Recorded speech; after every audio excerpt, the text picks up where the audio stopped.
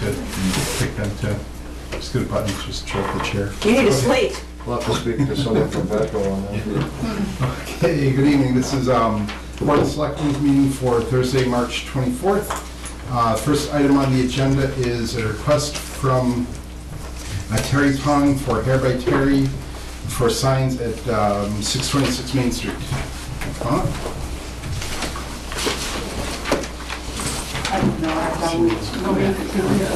How are you this evening? Good, how are you? Good, thank you. This black and white picture, we can show that to you. So that's going to be from the outside. Can you show him that it's better on the phone? Yeah, the sign over there, that's a street sign. Right. Yeah, we don't have a color, but yeah, Yeah, it's better when you see it's smaller. Yeah. It was fun. And then this will go, this is the door for that? Yeah, that's one of the Okay. Yeah. because I think it's important to put my home number written up there when we go in. Okay.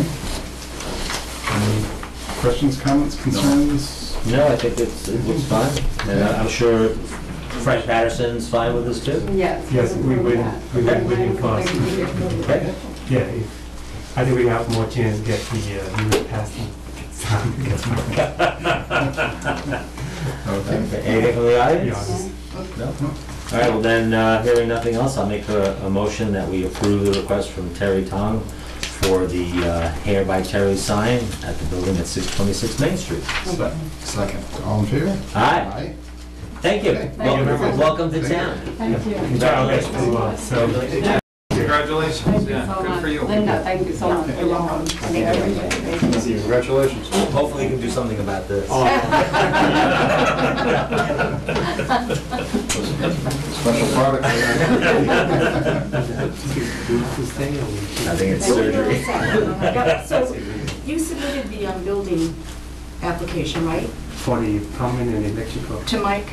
Yeah, it's already, Okay. it's will be inspected by tomorrow. Okay, all right, great. Has everything passed to. Okay. Block tomorrow. All right. Okay, thank you so much. Yeah. Thank you. Good night, gentlemen. Thank you very much. Good night now. And next we start our annual list of various bike rides and such. This is a request from Mark Walter for permission to hold the Battling Cancer Ride on June 12th, 2016. Correct. So how are you today? Good, thank you. Thanks for your time.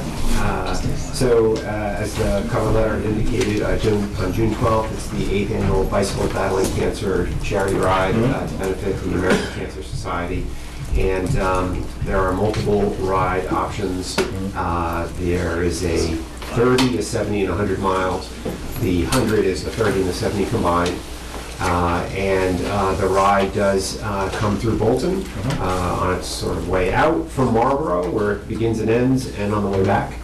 And so we're just seeking approval from the town to allow the riders to come through. This isn't a race. They're there to obey traffic laws. They'll be instructed to ride single file. We have 8 stations out along the route, and we will be working with the Bolton Police to request a police detail where the cyclists will cross over from Harvard to, what's the name of the road? Yes.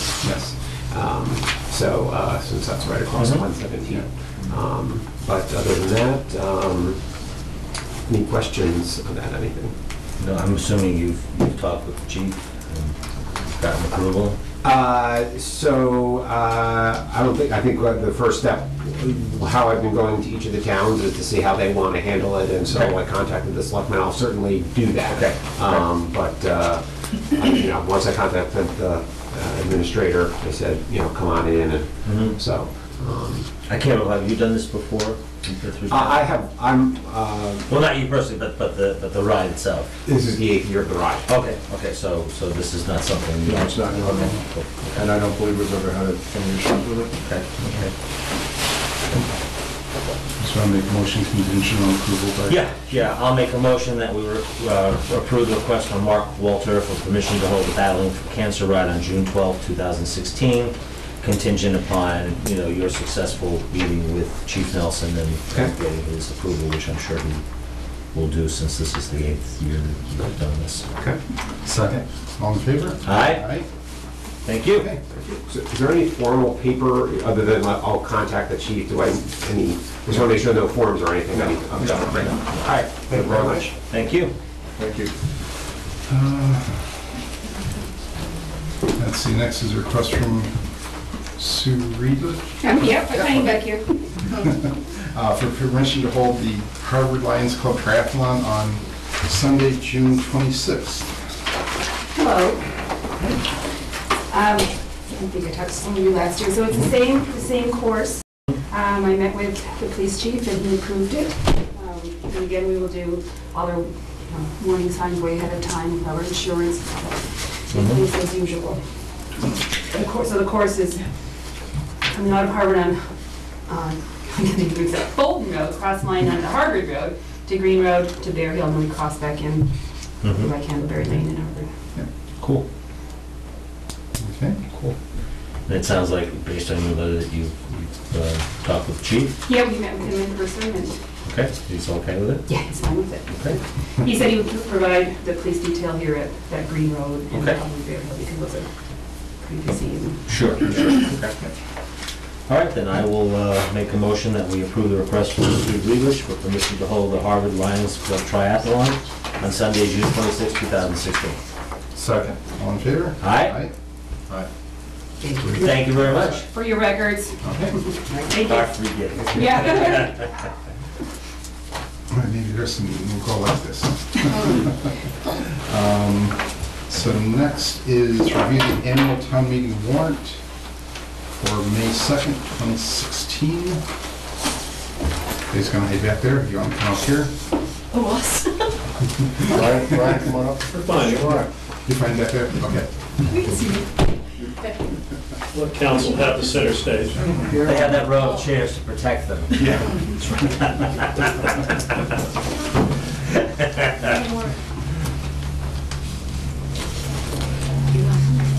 I have electronic. But I'll take From town, trained by the way, I don't think we've met. Brian Falk from Eric O'Connell. And he's used to running. do that. Brian's the attorney I've been working with every step of the way, every version of the warrant, up to current version 87 or whatever it is, but it seems like 87, it really is. Okay, so just walk through them and what are our recommendations? Okay, Article 1, to accept annual reports. That's already been approved by the selectmen. Oh, no, it hasn't. No. Approved by the advisory. My mistake. I'll make a motion that we accept Article 1 to accept the annual reports. Second. All in favor? Aye. Tough ones out of the way first. Yeah. Second is to approve the FY17 operating budget. You don't want to skip over that at this Skip over point. that? We don't have all the lines filled in. No lines. Okay. Skip that for this one. Article 3 is reauthorize the revolving fund for road-based municipal software services. That's annually occurring. Right, and because it's a revolving fund. Reauthorize annually. Right, and this is a fund that doesn't cost the town anything, it's just what we have to. I'll make a motion that we approve Article 3, the reauthorization of the revolving fund for web-based municipal software services. Second. All in favor? Aye. And the next is revolving fund as well, it was created at last year's town meeting. Yep. Ignore that approved there. I don't think you guys. No, I don't think we voted on any of them yet, so. You just knew what we're gonna do. You're clairvoyant. Yeah. Article 4, reauthorize the revolving fund for the cadet program. Right, okay, basically the same thing, I make a motion to approve Article 4, the reauthorization of revolving fund for the cadet program. Second. All in favor? Aye. Okay, Article 5, retroactive pay for the dispatch contract fiscal year 15. So this is a result of the updated contract.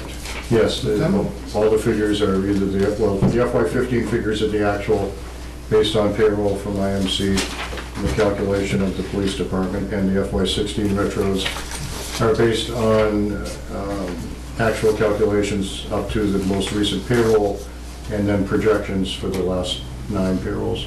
Okay. Right. And this is due to the fact of the recently approved contract. No, not a contract, recently approved MOA. MOA, sorry, MOA. MOA. We've not gotten to the contract stage. All right, then I will make a motion to approve Article 5, retroactive pay for dispatch contract FY15. Second. All in favor? Aye? Opposed? Okay. Are you abstaining or? No, I didn't, I don't think I abstained on the dispatch, I think.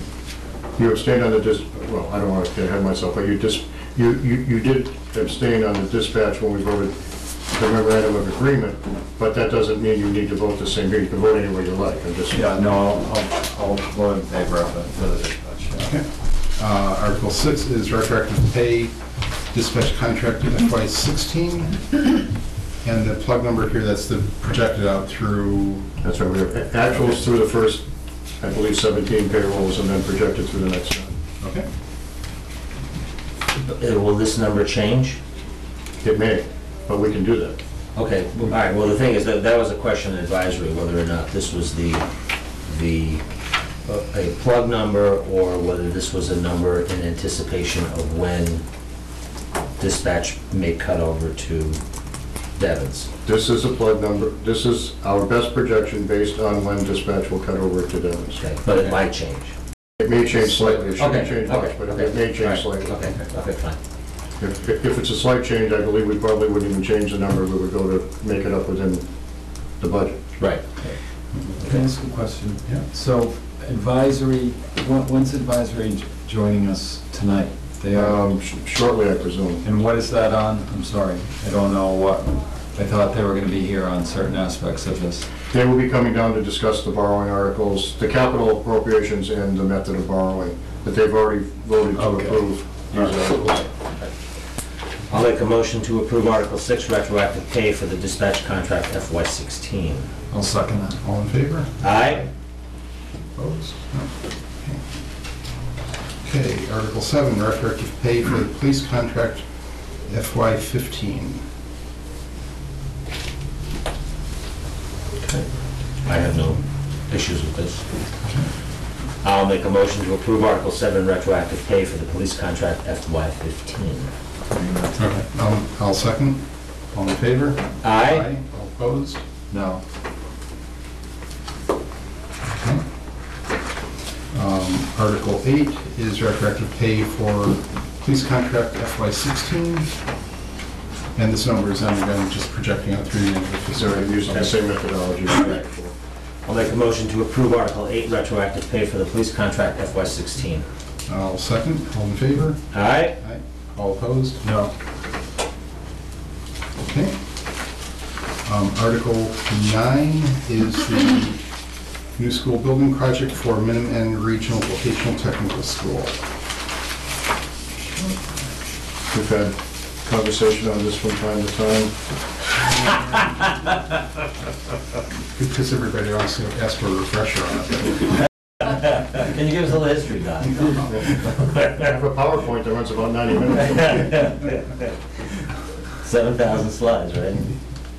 Okay. All right, well, this is to approve the, for the building, but Yeah. the number at the top of 144,922,920,000 is the total, but given the reimbursement of about 44 million, it comes down significantly to about 100 million bucks. Each town needs to vote on the full debt, Right. even though the town will not be incurring the full debt. Correct. But it's a debt that the region is incurring. Correct. All right, then I'll make a motion to approve. I just wanted to clarify that we're not making this contingent upon a debt exclusion. We're just approving the debt rather than doing a debt exclusion bill. I think you talked to Bob Gibbons earlier today. I haven't touched base with him. I wasn't sure if we had. Actually, advisory hadn't gotten back on this one yet, but I'm assuming, my assumption is that we would be doing a debt exclusion. That you would be. Yes. And would the intent be to make the town meeting vote approving of the issuance of the debt contingent upon A ballot. debt exclusion vote? Yes, Okay. it would be. I mean, that's been my assumption. I've not heard one way or another from advisory. I know they voted to approve it, but I didn't get any feedback yet on. Do you want to come back to us when they're down here? Probably should. All right, so all right, we'll skip And over whose 9. name is the debt? Is it the district or? The district. Okay. All right, so we'll skip over 9. But just so you know, in case anybody wonders later, even though this is a borrowing, it's a regional school borrowing, not a borrowing for the town itself, so this is a majority vote, not a 2/3, where every other borrowing would be a 2/3 majority based on Chapter 71, Section 16D. But Mr. Chairman, how does this affect, I mean, if it's the district's, is it the district's obligation? No, it's the 10 towns' obligation. The 10 towns are the district. Right. But the Yes. district is a separate entity that's borrowing the money. right? Yes. It is, But but we guarantee it. But we guarantee it, yeah. We get, but the 10 towns apply their, what is it, the full faith and credit, yes. And so that's what's being approved at town meeting? Yes. Okay. Yeah, and Bolton's annual assessment would be roughly $118,000, or for the mythical median tax bill would be about just under $60. Just under $60 a year. Dave, you have a question? Yeah, Don, you said we didn't need a 2/3 vote because it wasn't our borrowing. Yes.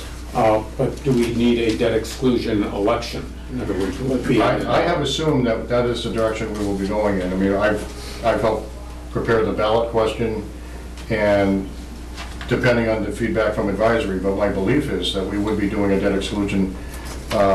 We'd be doing the article as a debt exclusion, and we would need a ballot vote at election. And if it got a majority at town meeting, but not a majority at the election, the whole district would be torpedoed. It would, which would then mean. Because some people might campaign against the debt exclusion, not against myself, for instance. Well, what would then happen is. In other words, I am all for this project, but I am adamant against all these debt exclusions we do because they raise our taxes. I want the town to work really within in 2.5, not to exclude every project it thinks of from 2.5. So I think you're gonna see some opposition just because it's a debt exclusion, even though the people are in favor. You want a permanent override? No, neither. So anyway. I want We'll talk to later. do everything inside 2.5. But to respond to your question, the other part of your question, Dave, if one or more towns vote against the project, then they still have the Chapter 71,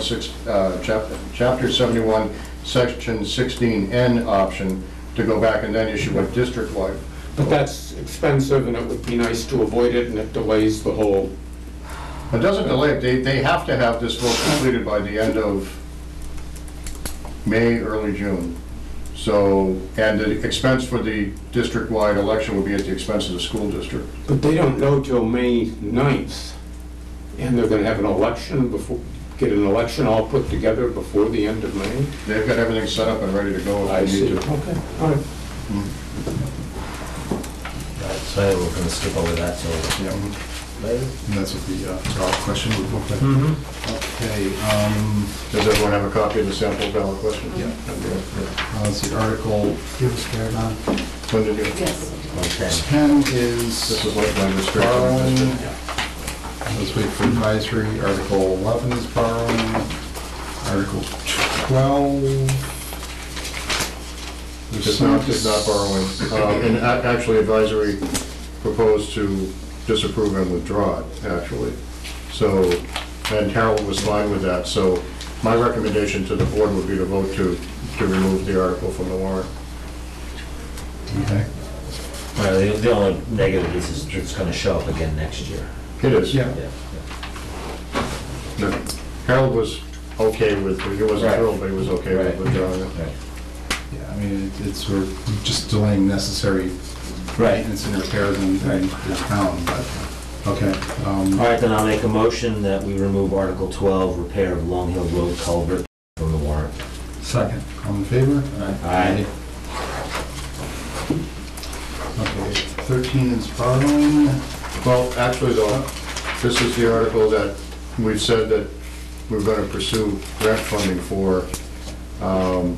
And we do have the next article There's somewhere in here where that is it. 13 minutes for soon?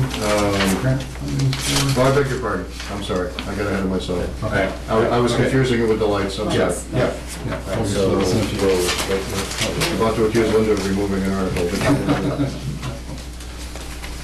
Okay, Article 14 is Borrow. yeah, 15 is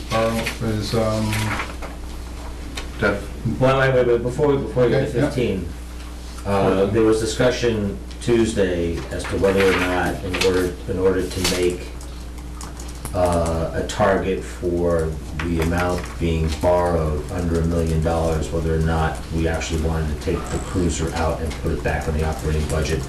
I don't know where that stands right now. So where it stands right now is advisory's recommendation is to have the article for the borrowing. I think we were enough over that number that, because it was already 50,000, it's, Yeah, I discussed it with Brad this week, and he's actually asked to have that article added. Well, if our borrowing is over $1 million, we incur extra expense. I don't believe it is, I believe it's under the Well, but we, at the time, it was $1,041,000. plus 50 that's already, plus 50K that was already earmarked, I think. Well, we'll hear from them. Yeah. We'll pass on that. Yeah, that's it for now. Article 15 is borrowing, so we need to hear, or... No, that's not borrowing. Okay, so this is, so we can go down this one. Public safety building parking lot repair for $31,000. And if not, we can go now, make a motion to approve Article 15, Public Safety Building Parking Lot Repairs for $31,000. Second. All in favor? Aye. Okay. That's Article 16 is borrowing. Article 17 is repairs. This is the cabinet replacement for the Store River light. So presumably, if, regardless of what happens here, if we get the grant, then we wouldn't be spending this money. Well, there's two possibilities. I mean, if, no, we would spend this money right away, because this could fail at any time. And if we do get the grant to go forward with the project, we've been advised that that equipment can be used on the installation when we, Okay. so, Okay. based on all the information we have right now, this money would not go to waste either way. Okay. Can I ask a question? Sure. Is 17 a fallback for 18? I believe so. Is that the right order? Well, because I believe, I'm anticipating the selectmen withdrawing 18. Right. Then you've answered my question. All right, So when we put 18 on the warrant, we weren't aware of some grants that may be able to cut that we're eligible for, or that we can put in for, that would basically fund all of 18. Yeah. And, 18 is a whole new, is us paying for a whole new light and Right. Yep. redoing the turn lanes and everything down there, for just under 400,000. How much? Which was a recommendation of the 117th study. What's the potential grant? It's The whole thing. it'll be covered. For engineering and the procurement. Yeah. So what this does is if we, we're getting counsel, but in anticipation of what we're gonna do with 18, which is potentially to remove it and pursue the grant, 17 is there to allow us, if the equipment fails. Right. If the equipment fails at any Before point in the grant, time, before yeah. the grant gets done, then we have an option we have the equipment to replace. Now, if we don't get the grant, then getting the equipment and having it there buys us some time, and then maybe at some point in the future, we might want to reinstate the contents of Article 18 at a future annual town meeting. Okay. Or apply for future grants. Right. Exactly. If for some reason you don't pull 18, I would think about maybe switching 17 and 18. Yeah. Okay. So we can vote on 17? Yep. Okay, I'll make a motion that we approve Article 17, cabinet replacement cameras and bulbs for the traffic lights for the Still River Road and Main Street intersections for $27,600. Second. All in favor? Aye. Article 18, permitting a new traffic lights and associated hardware for the Still River Road Main Street intersection. I will make a motion that we remove Article 18 from the warrant. Second. All in favor? Aye.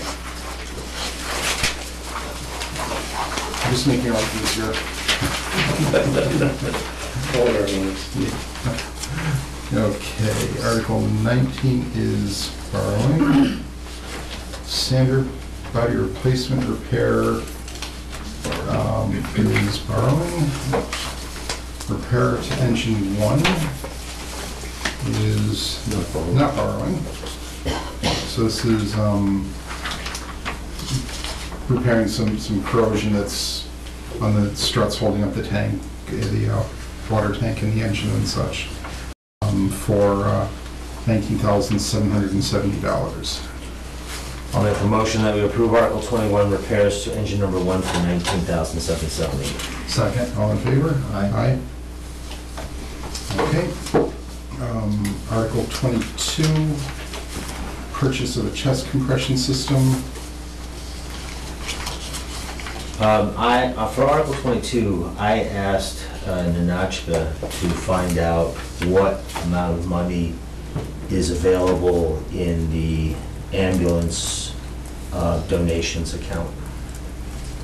And to our lucky surprise, there's exactly $15,000 in the ambulance donations account. And I think that that account was specifically earmarked for purchases such as this. And I think we should be using that money for this as opposed to the ambulance receipts fund. Well, I mean, certainly you could do that. It would be unusual to do that without consulting with the ambulance director, and the ambulance department may have other plans for that money, I don't know. Well, I think we should find out what they've used that money in the past for. I know that they've used it, and I don't want to appear to be the bad guy, but they've used it for Christmas party money. And I think it would serve the town well that this is a more appropriate use for that money. And I think it should, given the fact that we are kind of tight, you know, Tuesday night we were jiggling things back and forth to try to keep the total amount of borrowing under $1 million so that we wouldn't be incurring additional expense when we went to go issue, you know, the bans for the borrowing. So I think you know, everyone needs to roll up their sleeves and pitch in here. So you know, it might be interesting to, you know, maybe for you to reach out to the ambulance group and maybe have them come in at the next advisory committee meeting.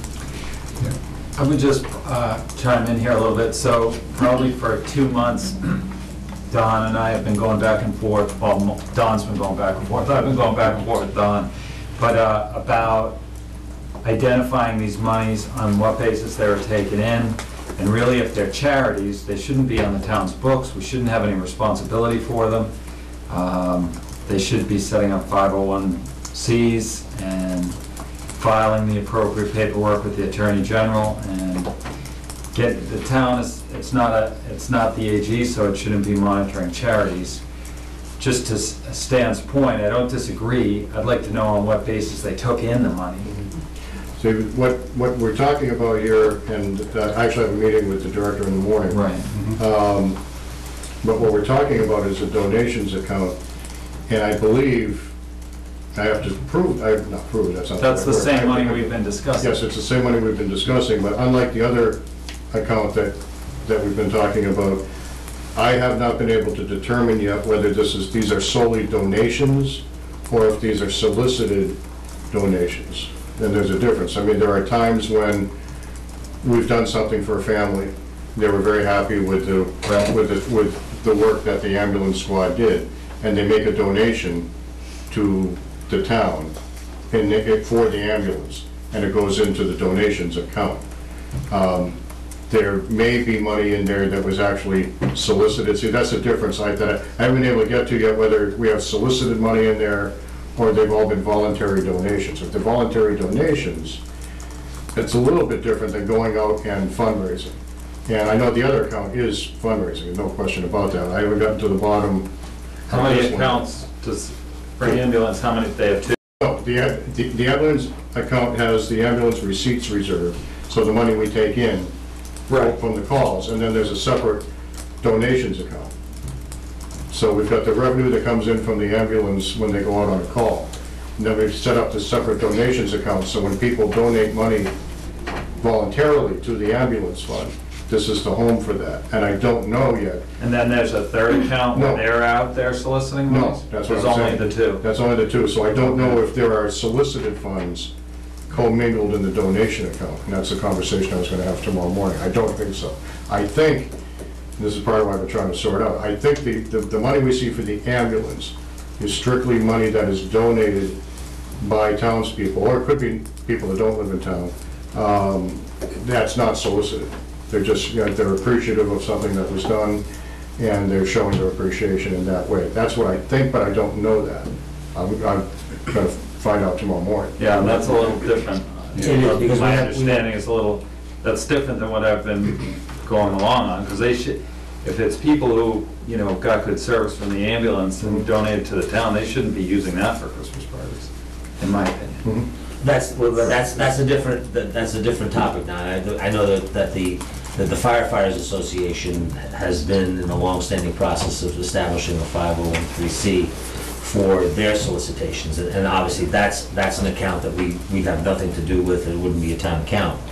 But to Don's point, if these are townspeople who are donating money to the town to be earmarked for use by the ambulance squad, then it is more proper to have a town account for that as opposed to. I agree. Right, so. Right, and that's why, I mean, I'll have my answers on that tomorrow. I had no idea this was coming up tonight, otherwise I would have had the answers tonight, so.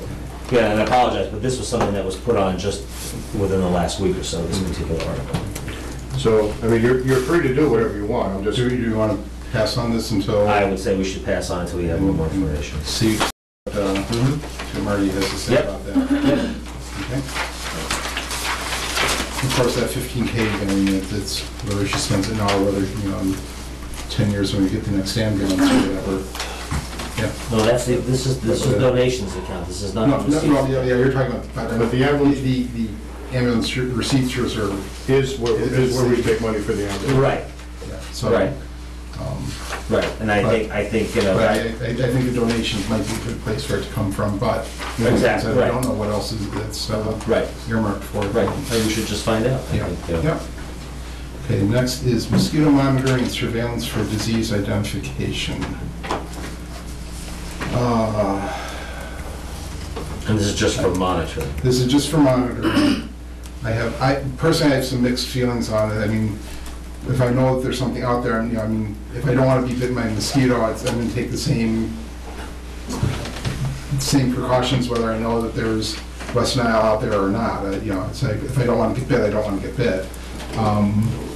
And, you know, once we, you know, it's taking kind of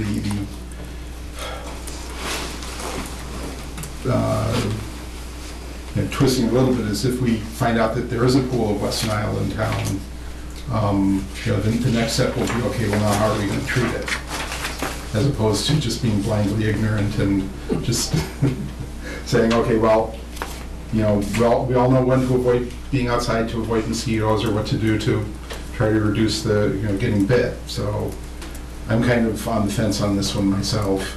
I mean, is spraying going to pass?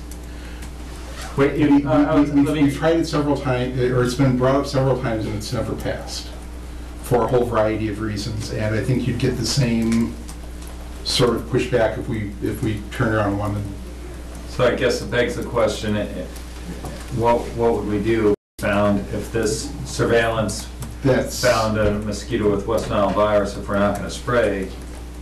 I believe the intent of the Board of Health was to provide a public alert, public notice One of the things that struck me, you know, these days in a highly litigious society, if the town does get a positive test and we don't do anything other than notify, I honestly don't know whether or not we're open to anything if somebody, you know, suffers, you know, gets bit and contracts a disease. You know, I don't know. Maybe we're not open, maybe we are. And two attorneys in the room would know better than I would. It was just. Well, there's actually a couple of scenarios. One, if we decide to take this off the warrant and we knowingly removed it and we have that situation, that's one set of potential litigation. And then two is if we put it on here and we find out that we have a case of West Nile virus or something, and we then decide still not to do anything about it, that's another dimension of potential litigation. Well, my suggestion to the board is that whether you approve it or disapprove it, you leave it on the warrant. Yeah. Because let the town decide. This is at the request of the Board of Health, and the town should be able to weigh in on it. Yeah. So if nothing else, as a courtesy, you would leave it on the warrant to the board, as a courtesy to the Board of Health, you would leave it on the warrant. Yeah. And then it's up for the Board of Health to make the case at town meeting. Exactly. Well, I'll Comments out there, or? yeah. Okay. All right, well, we'll take a shot at this. I'll make a motion to approve Article 23, mosquito monitoring and surveillance for disease identification. And I'll second it. Okay, all in favor? Aye. Aye? All opposed? No. Okay.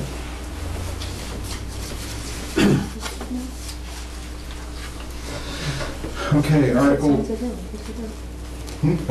Oh, thank you. Shouldn't say. We're not always unanimous, you know, but. No, I know, I just didn't know which one of you said no, I just heard a no. Okay. Thank you. Article 24, military statute. This is town accepts the provisions of MGL Chapter 33, Section 59. Any? No, I think it's great. I'll make a motion to approve Article 24, military statute. Second. All in favor? Aye. Okay. Article 25, amendment to the Code of the Town of Bolton, Division 1, Part 2, General Legislation, Chapter 211, Streets and Sidewalks, to add Article 4, Section 211-7, Public Way Access Permits. This is sponsored by Should have been changed. Planning Board. No, it's a general bylaw. It's a general bylaw, it's got to be sponsored by the Selectmen. Is that correct? Does it have to be sponsored by the selectmen if it's a general bylaw change? It doesn't have to be. But I think the planning board was more than willing to turn it back to last time, on Tuesday. Okay. So we can make it, we can make the sponsor the board of selectmen. Well, let's worry about that at the end. See where this sits.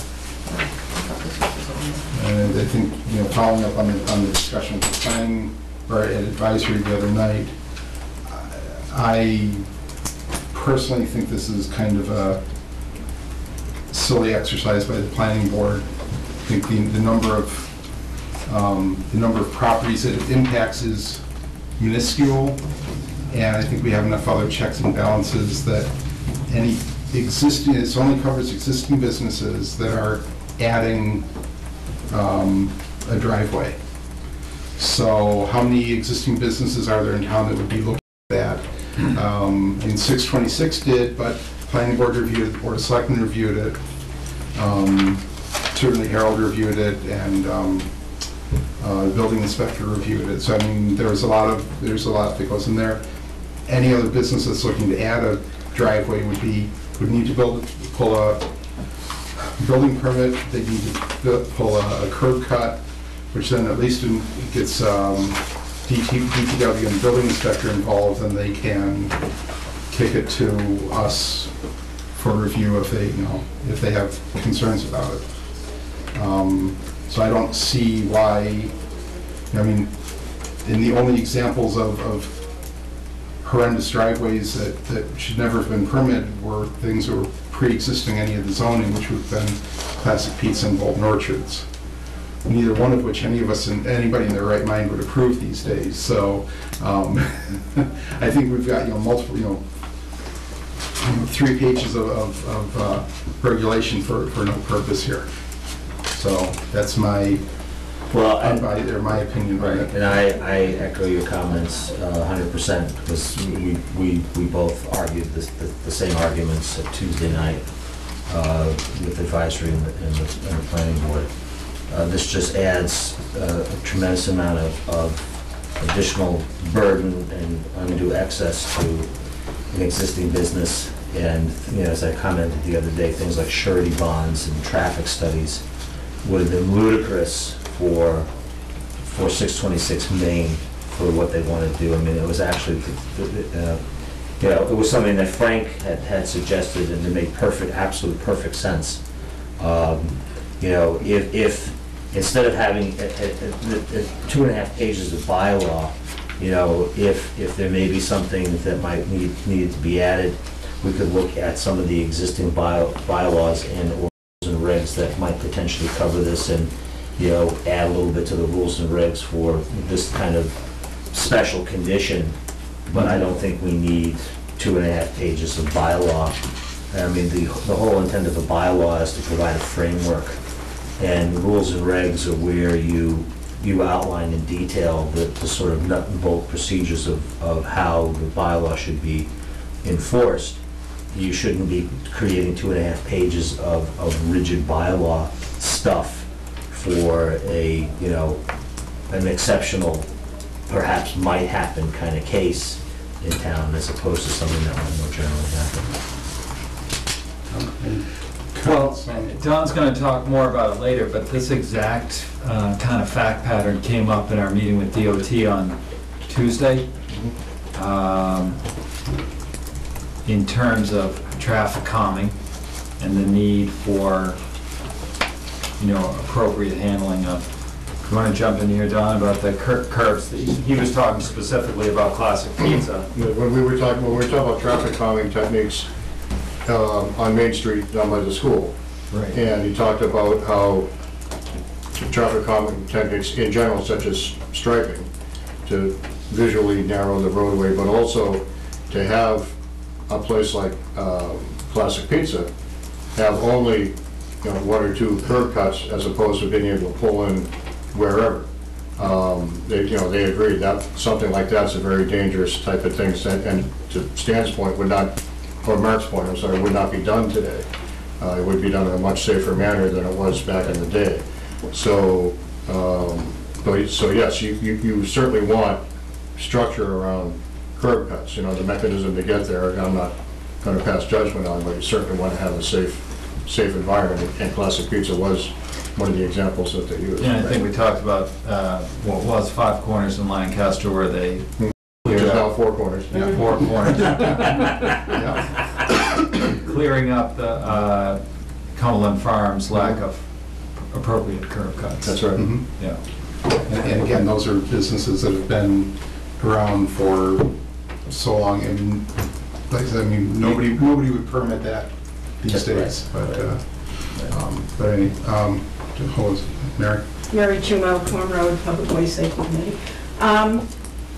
This bylaw is a check and balance, and it's the only one that we don't have any kind of check and balance for. In our subdivision rules and regs, the planning updated in November included our, in traffic studies, our controls for mitigation if the development has an impact on the public ways, or if they damage existing roadways, they're responsible. So things like that have been put into the subdivision rules and regs. They're there. If special permitting process, it's built into that as well. There is nothing for existing commercial, industrial, or businesses, if they want to add another driveway, to make them responsible for any public safety issues. And if in the event they are, we, the town, end up holding the bag for making those improvements. So this just closes the loop on the responsibility of the developer if, in the event, there are public safety issues to the roadways, and that's pedestrian and traffic. And this bylaw was introduced through the Mobility Committee. When we went out and we did our research and spoke with town planners, we talked to the town planner for Sudbury. And this specific bylaw is basically the template from the Sudbury Public Ways Access Bylaw. Jolene Kabak, who is the town planner of Sudbury, strongly recommended it. We then went to Harold and talked to him about it, and he approved it. We talked to Ben Alfano, the police chief.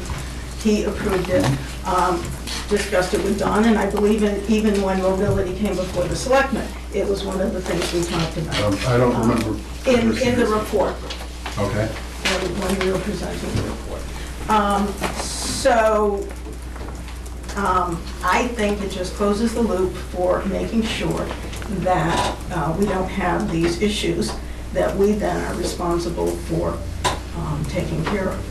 Well, I think, you know, I think closing the loop and placing undue burden on an existing business need to be balanced. And as I said earlier, you know, there are ways to potentially accomplish this by adding some rules and regs to some of the existing bylaws. But you can't. I don't know what rules and regs you're talking about. Well, the thing is, we're not here to dissect that right now because it needs to be researched. But Mary, I was on the planning board for 4 years and chairman for 3, so I do know a little bit about this. Mm-hmm. And to make 626 go through all this rigmarole for what they did is absolutely ridiculous.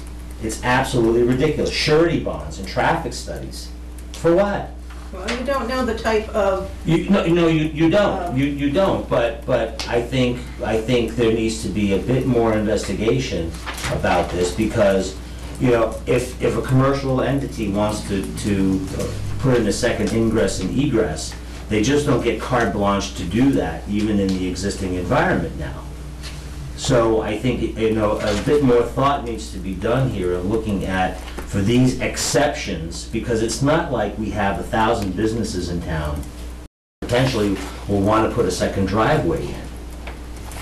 This is an exception rather than the rule, and I think we need to respond appropriately to it. And I think this is just far too much bylaw to deal with it. And I think there are better ways to deal with it than what we have here.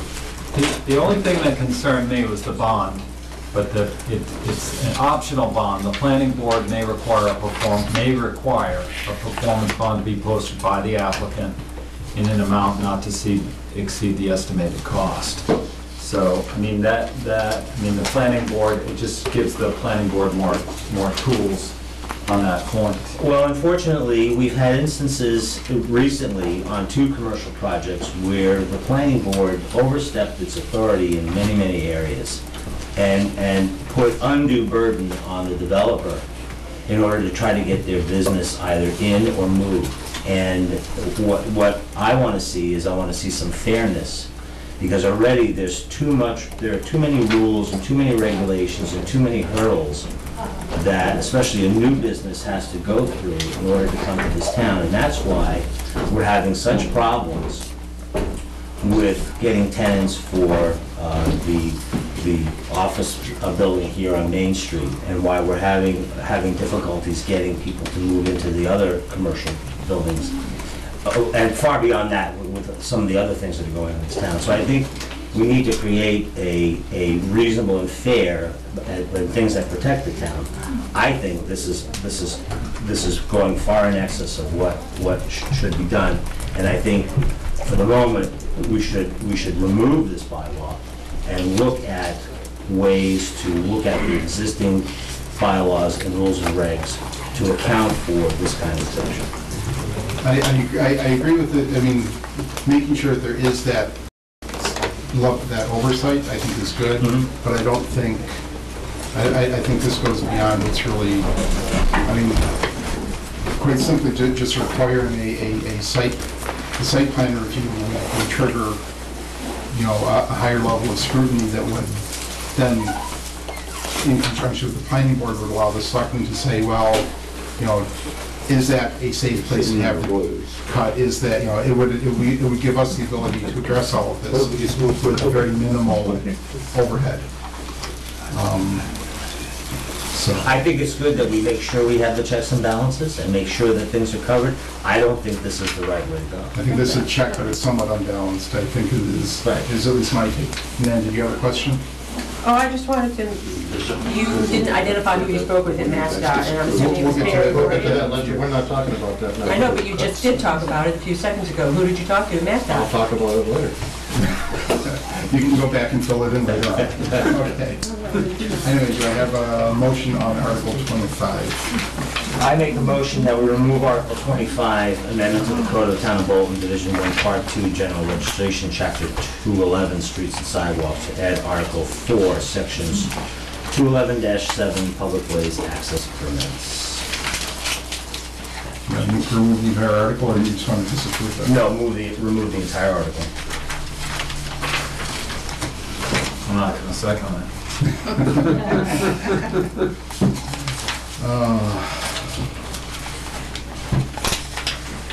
I would, so, I'd like to make another comment. Yeah. So just in the, like, situation where down next to the cover, I mean, wouldn't you want some protection for that? That's an existing landowner. I mean, you have 20,000 cars a day, don't you want some control over which way the cars come and go and be able to, have some say? Okay, so in that case, that was... And, sorry, excuse me, and where it's a big money development, maybe a bond would be appropriate to ensure that it's completed. Well, keep in mind, this is only for existing commercial. Right. So next to country covered is going to be new. So that already came through planning, and came through Right. the selectmen for site plan review. So we've already, we've already. No, I don't mean that. I don't mean That that. was the checks and I mean balances the there. place next to the hook, Okay. and the land that circles around Yeah. behind. That would be all new. That's all new, that would come through site plan review, that would have to go Right. through planning board, so that would provide all the checks and balances. This is only affecting An existing business. So, 626, or, if Bolton Orchards wanted to add another driveway to the 12 they already have. Or Cobham, Or Cobham, or, but again, Well, Cobham would be new because it would be a different business, most likely. Or Paragon, right? Well, Paragon wanted to have a third driveway or something. But they're building, and Sam isn't saying that we don't need to make sure there's some checks and balances We need there. to do it a different way. He's just saying that he thinks that this is far in excess of what should I just be don't done think, there. what's so onerous about it? There's far too much regulation in here, surety bonds and traffic studies and everything for an exception that's rather than the rule. This should be dealt with looking at the existing mechanisms we have, and for those special cases for an existing business, because any new business that would go into a commercial route is already covered and would go through site plan review, and they would need to deal with all the stuff that we're talking about here. We're only talking about an existing business.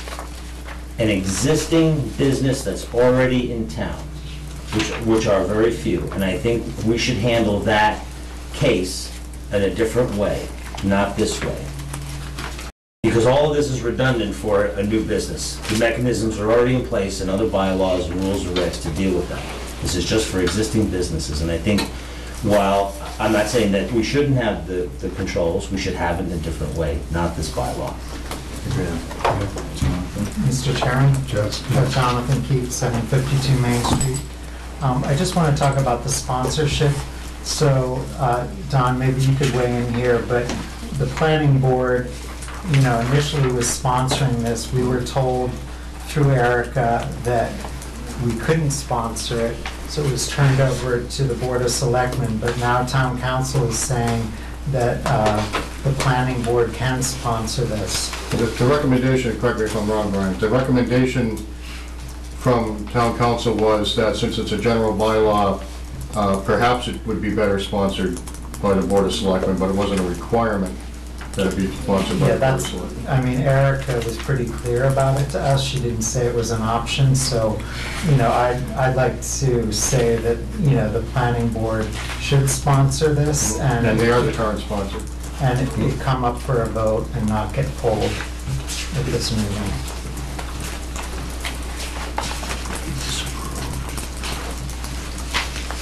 I'd also like to note that the advisory committee unanimously voted to disapprove this The only article. thing they can't quote is what citizens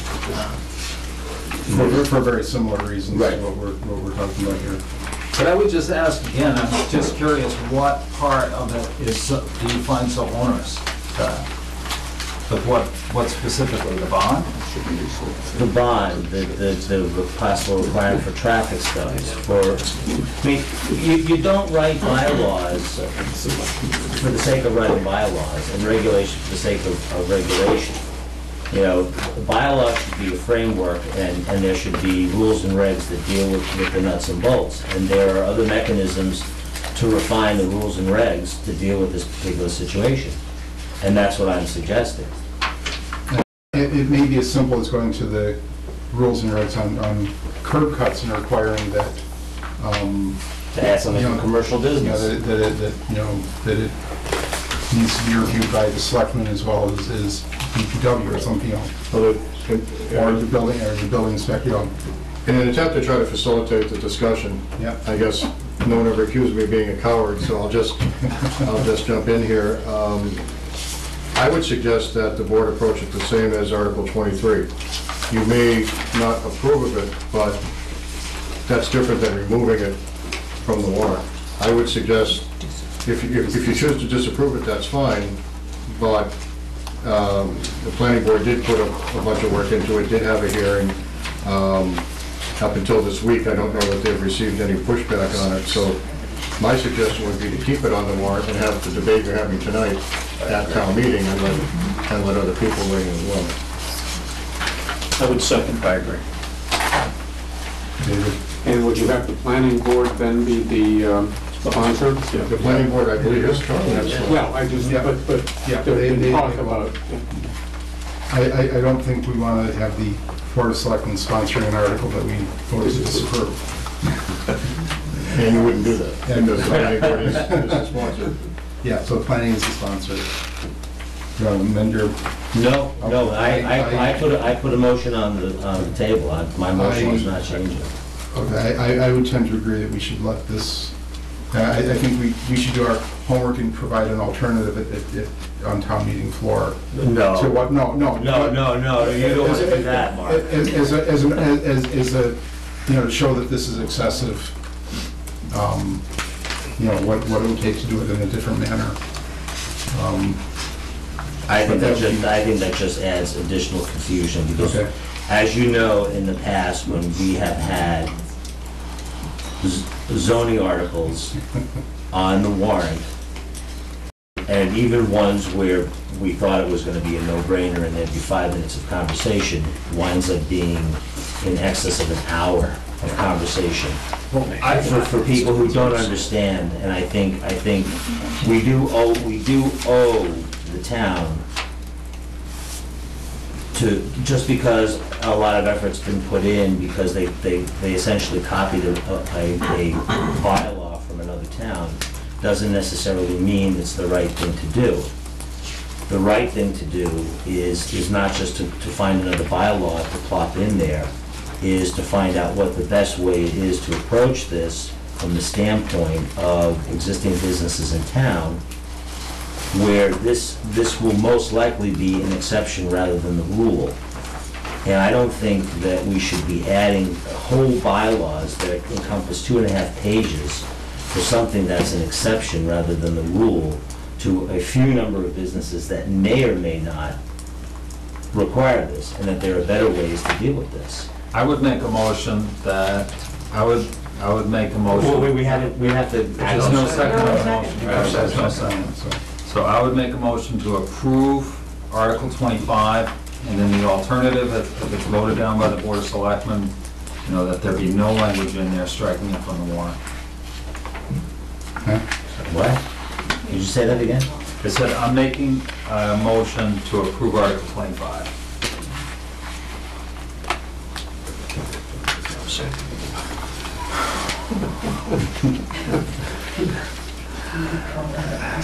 I hate this article. It really, I mean, it's treating a mosquito bite with a sledgehammer, which I just don't think Brad. I came in late, so forgive me. But did we hear from the planning board specifically why they felt the need for this? It's a more public safety committee who, So what? this is the only category of property in town that doesn't already trigger various site reviews or whatever if they want to add driveways or such. So, and I will agree with the intent of the bylaw that far. I think the implementation is overboard. All it does is give the planning board optional tools to control the situation, that's it. There's no mandatory anything. There's no mandatory traffic studies, no mandatory bonds, no nothing. It's just- There's 2 pages of brand new bylaw, which it's already very thick. And at the advisory board, one of the planning board members agreed to the statement that the present situation is working just fine. And this was over. So that was a large part why we just approved. A point blank question, asked him, you know, the existing business in town, was there adequate review based upon the current situation in place? And he said yes. So that's perfect evidence that this is not needed. Well, my understanding is that public way safety was essentially the driving force behind this. Then they should be the sponsor, no? No. Again, What it would seem to be that a reasonable compromise would be. I mean, if there are 2 of you who don't like the article, then a reasonable compromise would be to vote to disapprove the article, but leave it on the back. And then have the debate at town meeting. Or try to convince, between now and whatever the deadline is, try to convince the planning committee to take it off. Well, this is our warrant. And, you know, part of our responsibility is to make sure that what is being presented to the town is reasonable. And, you know, we as a select board, you know, very rarely remove articles, especially, you know, in situations like this. But I think we do have a duty and responsibility. I don't think, I'm certainly not saying, and I'm not going to put words in Mark's mouth, but we're not saying that you know, we don't like the fact that there's additional, you know, oversight or rules and regulations or whatever here. Right. All we're saying is it needs to be done in a better way. This is not the way to do it, in my opinion. And as I said, having been on the planning board for 4 years prior to taking up this job for the last 11, I think that this is undue burden to existing businesses in town. And there's a better way to achieve the same oversight. And I think we have responsibility to say that. And I don't think it, you know, sorry I have to disagree with you, but just because, you know, somebody decides to put an article on the town warrant, that we should just, well, sure, let's just let it slide and go in, and let's have the debate on town meeting floor, because you know in past meetings what happens with that in certain situations. So, you know, my goal in removing this is to motivate the planning board to go back and look how we can do this in a much better fashion with the existing infrastructure that we have. Because this then does give them some additional power, and I don't want to see that being abused. And there's a potential for that to be abused. Dave Lindsay, Berlin Road. Mr. Chairman, I wonder, as a parliamentary thing, if you were to move that it be disapproved, and that too should fail to get a second, you could just put no recommendation on and move on to other. I don't think Well, I think it might be a little irresponsible to say that don't give people a voice on town floor to discuss it, because it will maybe affect some of the business people who might show up at town meeting and have a voice about this, and it might be just what you would like to hear. It might not, you know, in what you're saying. And if there are so few businesses that it affects, and it's not the norm, it's the exception, it's not gonna affect that many people to begin with. It's kind of, it has nothing to do with not giving the people a chance to weigh in on it. I want them to weigh in on something that's more reasonable. Okay, I'm not saying that we shouldn't have this and there shouldn't be oversight. It should be done in a different way. It shouldn't be accomplished in 2.5 pages of bylaw. Yeah, that's all. There are other ways to do this. And I think that we should pursue those other ways first before we're just gonna throw a bylaw up and have the people vote on it. I think more homework needs to be done.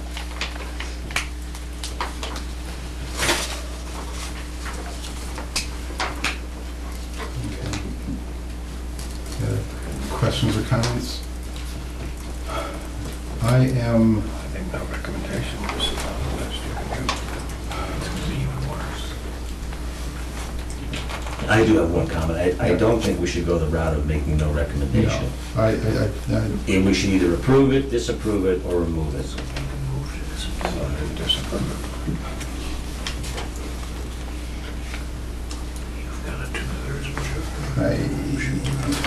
What does this require for approval? Just I am unfortunately going to side with Stan on this and look and remove it. And I'd like you guys to come back with something a little bit more Mr. Chairman, as a point of order, yes. I don't want you to go awry parliamentary procedure. Stan made a motion, there was no second. Okay. Tom made a motion, there was no second. Okay. So you can't, All you would need a new motion. Okay, I'll take the motion. I'll make a new motion that we remove Article 25, the amendment to the Code of the Town of Bolton, Division 1, Part 2, General Legislation, Chapter 211, Streets and Sidewalks, to add Article 4, Section 211-70, the Public Ways Access Permits. I will second that. All in favor? Aye. All opposed? No. I think it's all moving, but over, You're breaking my heart. Don't break your heart, Mary. We've given a lot of feedback on what we'd like to see, and I think coming back to something, you know, like I said, maybe as simple as the driveway permit may, you know, just the rules are may just add that, you know, it requires Board of Selectmen approval, or the curb cut, you know. And that would be, you know, and that maybe all that we really need to get this whole thing done. But I agree with the sentiment, it's just not the implementation. But your heart is definitely in the right place on this.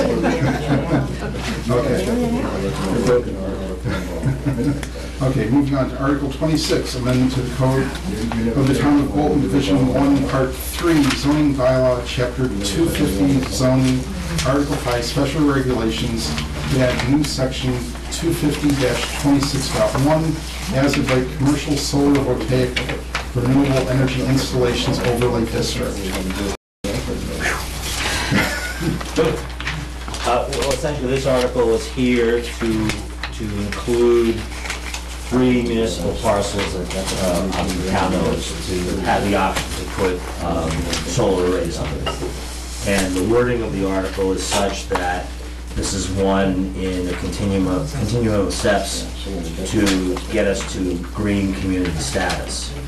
However, this bylaw will stand unto itself, and even if we don't move forward with the green community, whatever we need to do with that, then this bylaw stands by itself and allows us to site solar arrays if we so choose to do those on those 3 parcels in town. And the 3 parcels are The landfill cap, there's a wooded parcel behind the landfill, and there's the cell tower parcel over along 495. So everybody driving along 495 can see our wonderful solar array. But,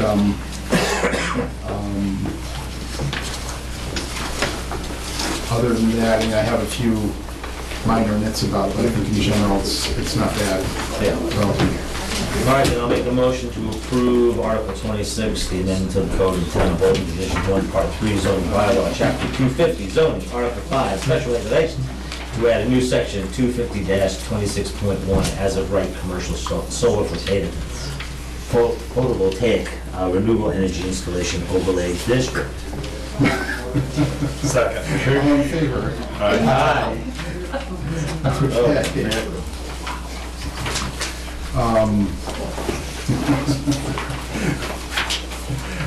Article 27, amendment to the Code of the Town of Bolton, Division 1, Part 3, zoning bylaw, Chapter 250, zoning, Article 5, special regulations, Section 250-23, business, commercial, and industrial regulations, new subsection E, special permits for zoning use.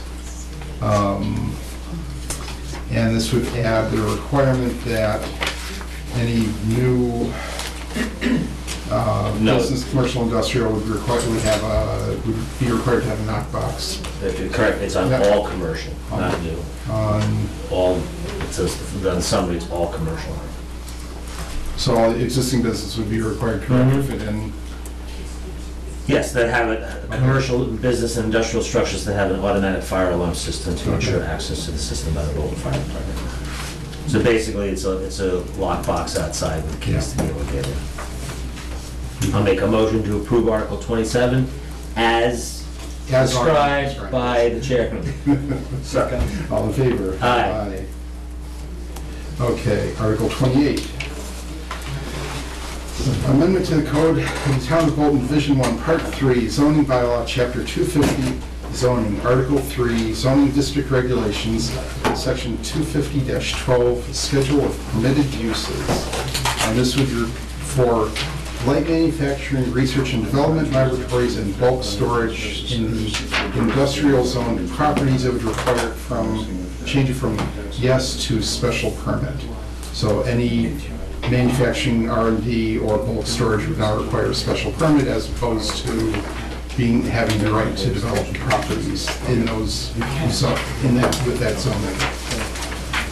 A question came up at Tuesday's advisory committee meeting as to whether or not this applied to new or existing businesses in town, zoned as industrial. Planning board came back and said that this was for existing businesses only, and I apologize, I did get a copy of all the bylaws, and looking at 250-12, where this is going to be inserted,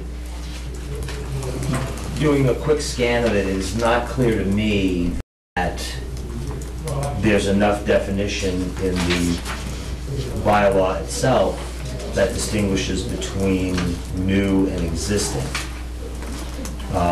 And I apologize, I've only been able to scan it quickly, but there's nothing that jumps out at me that distinguishes new versus existing. And I know that one of the advisory committee members was concerned about existing businesses in town having to go through a special permitting process if they wanted to add an additional tenant to their facility. I don't think any of us has a problem with new business or new construction, but I think, again, we come up with the existing business, and to have to then go through this whole process, there might be a different route or avenue. I don't know. Jonathan, can you comment? Because like I said, I got 250-12 in front of me, and I can't really see where there's a distinguishing between new versus existing. Well, I'll just talk about business zone properties, just as an example. So business zone properties, you need a special permit if you're making a major alteration to an existing building, or you're building a whole new, it's a new construction. If it's a minor change, then it just goes to Mike Savageau or the town planner, Erica Yardy, and they sign off. But if it's a major change, then it is a special permit. So that's what we would be looking at for industrial sites. If it's a minor change, it would just go to Mike Savageau or Erica. If it's a major change, then it would trigger a special permit. Would it be possible then to add that to the addition to the what you want to do to the bylaw to make that distinct? Because it doesn't really say here what you just said. Then it could potentially be left up to interpretation.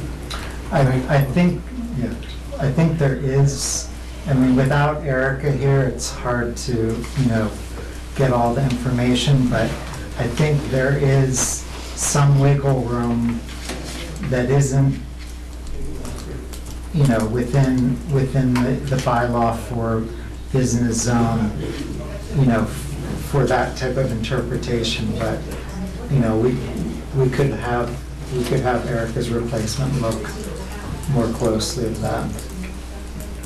I think I would be a bit more comfortable if that is the intent, that, whether or not that's something we should or shouldn't add as part of the modification of 250-12. Just to clarify, it's a zoning bylaw amendment, so it will apply prospectively. So any existing uses in the industrial district that are light manufacturing that we're currently operating as of right continue just fine. It's only if they make an expansion or some sort of substantial modification to that use that they might trigger a Section 6 finding or a special permit.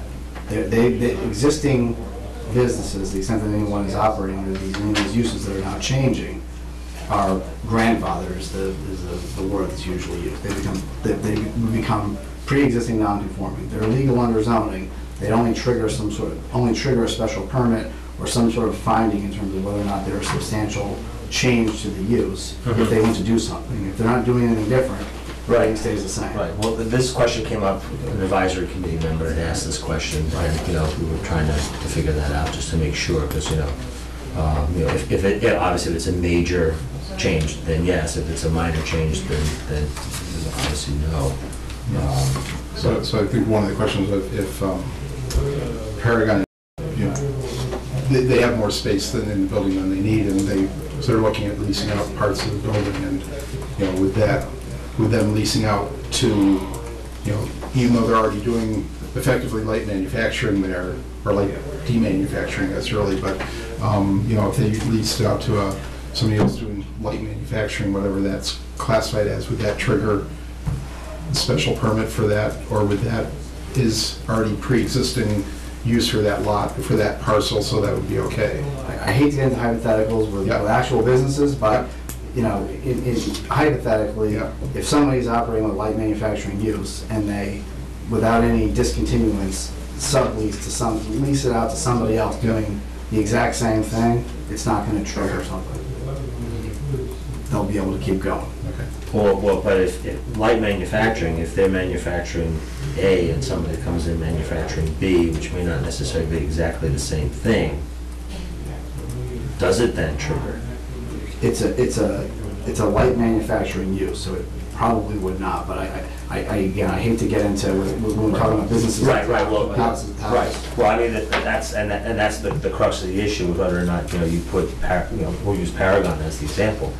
Again, an undue burden to go through the whole special permitting process. If who determines what's similar, and what then triggers if it's not similar enough. I guess we're just looking at making sure that again we're not this whole undue burden. I mean, obviously you want to make sure that we're doing the right thing and protect the town, and if they're going to be doing something that should come under this, then absolutely. But where's the line? And I don't know if there's enough here.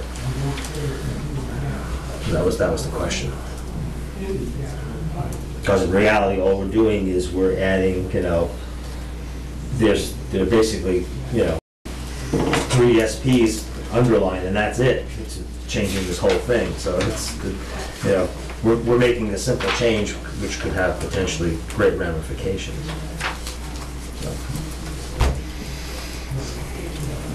The advisory hasn't voted. I think they were looking for the same answers, so. Right. Okay. You want to, they're next door, you want to just defer that for a moment? Yeah, we can defer that. Because, you know, it would have been nice if they were in here to have. Yeah, I'm not sure, yeah. All right. I asked them to step out to discuss the Minuteman article, Okay. because they had no discussion on the borrowing for that.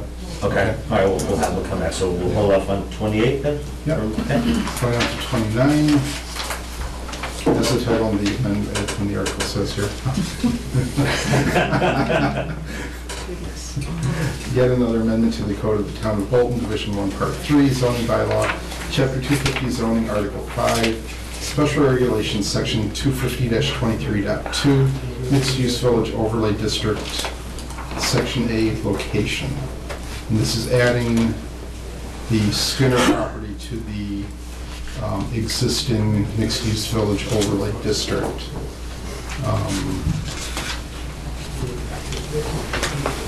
And there's quite a bit of back and forth at advisory the other night on this one.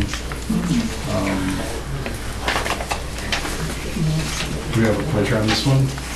Well, before we do that, at the meeting Tuesday, I asked the question if the property owner was in agreement with this, and apparently they indicated that yes, that they had talked to the property owner about that, and also watching last night's planning board meeting,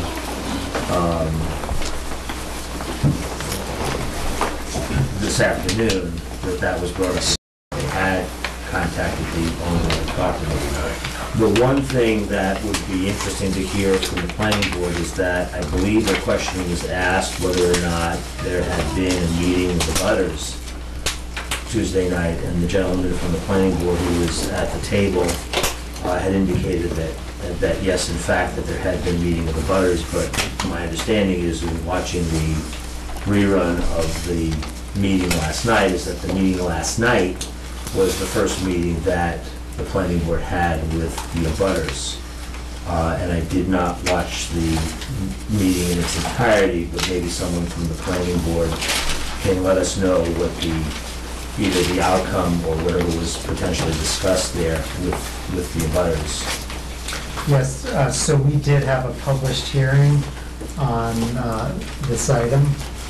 Nobody attended, and but last night we had, I think, 5 people who came. I think 2 couples and a single person who were abutters, and they came and we discussed it, and you know, there were concerns raised. I think the biggest concern was they're most concerned about a cottage overlay, which is something that the real estate agent for the property has proposed. That's not what the planning board is putting forth. They're putting forth the village overlay. So nobody had any direct objections to the Skinner property being included in the mixed-use village overlay from last night. Okay.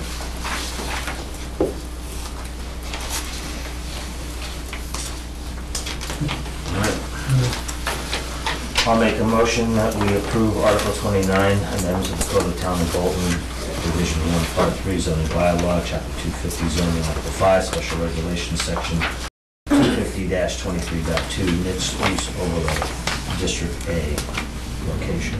Second. All in favor? Aye. Okay, Article 30, adoption of stretch energy code and amendment to the code of the Town of Bolton, Division 1, Part 2, general legislation to add new Chapter 234, stretch energy code. So this was discussed at a Board of Selectmen's meeting a couple months ago. And this impacts new construction and major renovations to properties, not to, just because you replace your windows doesn't mean you're gonna have to re-insulate all your walls or anything like that. It may make sense to, but that's up to you. In addition to the solar article that we talked about a couple minutes ago, is another one of the steps on to becoming a green community, and which opens the town up for some grants to help with our overall energy efficiency. Make a motion, we approve Article 3, the adoption of the stretch energy code. And then the code of the town of Bolton. And so on and so on. And so and so. All in favor? Aye. Okay. Article 31 is new, and I know we had some other correspondence on this, and this is the tree replacement program, and this is from advisory to basically, what's the best way to say this, wind down an article that was approved at the May 2006 annual town meeting, and to release those funds back to general use, with probably the expectation if there's a plan to plant trees on town property in the future, that would come up as a standalone article to cover that point set of trees that are of interest. So that is, that I believe is where this stands. So I know, there's some indication out there might be some trees that may be addressed, but this is all new since the article was put on. So, as I said, this money has been appropriated and not used for 10 years now. Some of the money. Some of the money is I was going to read, but Mark Remington's here. Do you want to speak directly? No, go ahead, sir.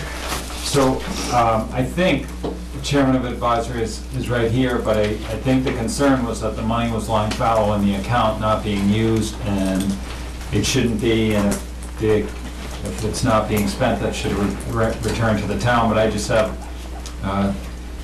in the 5 years that the tree replacements,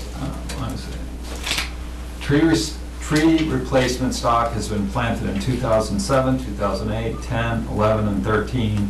23 trees have been installed by DPW with help from the tree warden. This is from Mark Remington, the chair of the Historical Commission. Ice storms, equipment failure, unavailability, and an ideal window for planting trees for maximum survival have taken a toll on annual installations. The red oak toppled by a semi-truck has recovered and only one has died. Currently, a list of trees for town properties includes Pond Park, Forbush Mill Soccer Field, Main Street, the Main Street Lacrosse Field, Memorial Field near the new playground at Florence Sawyer, and there's the future Village Green to consider.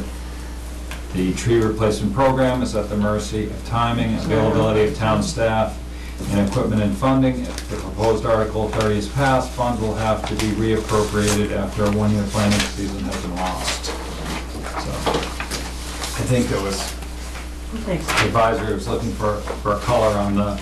Yeah, so to add more, there was money released by town meeting in 2006, further in 2009. Since 2009, no further. This is not designed to be a revolving fund. The past 3 years specifically, there's been a reach out from advisory asking for the money to either be used or to be returned back. Has been not. As recently as a month ago, and the email is in there. The email reply indicates no indication that the money is had planned to be used anytime soon. So, this is the deal. In the past 2 years, advisory is gone. Last year, advisory went to the various departments, and over the course of the departments, 7 previous articles for a total of $128,000 was agreed by department heads to be returned back, because money had either been used, project been completed, or that was it. 2015, 5 articles representing $78,000. The past 3 years, again, a request out, either use the money, if not, would you be willing to turn the money back in? No. So, this is a way to ask the town, let the town decide. It is clear, given the budget, that there's much better use for this money immediately than have it sit in a fund and not be used.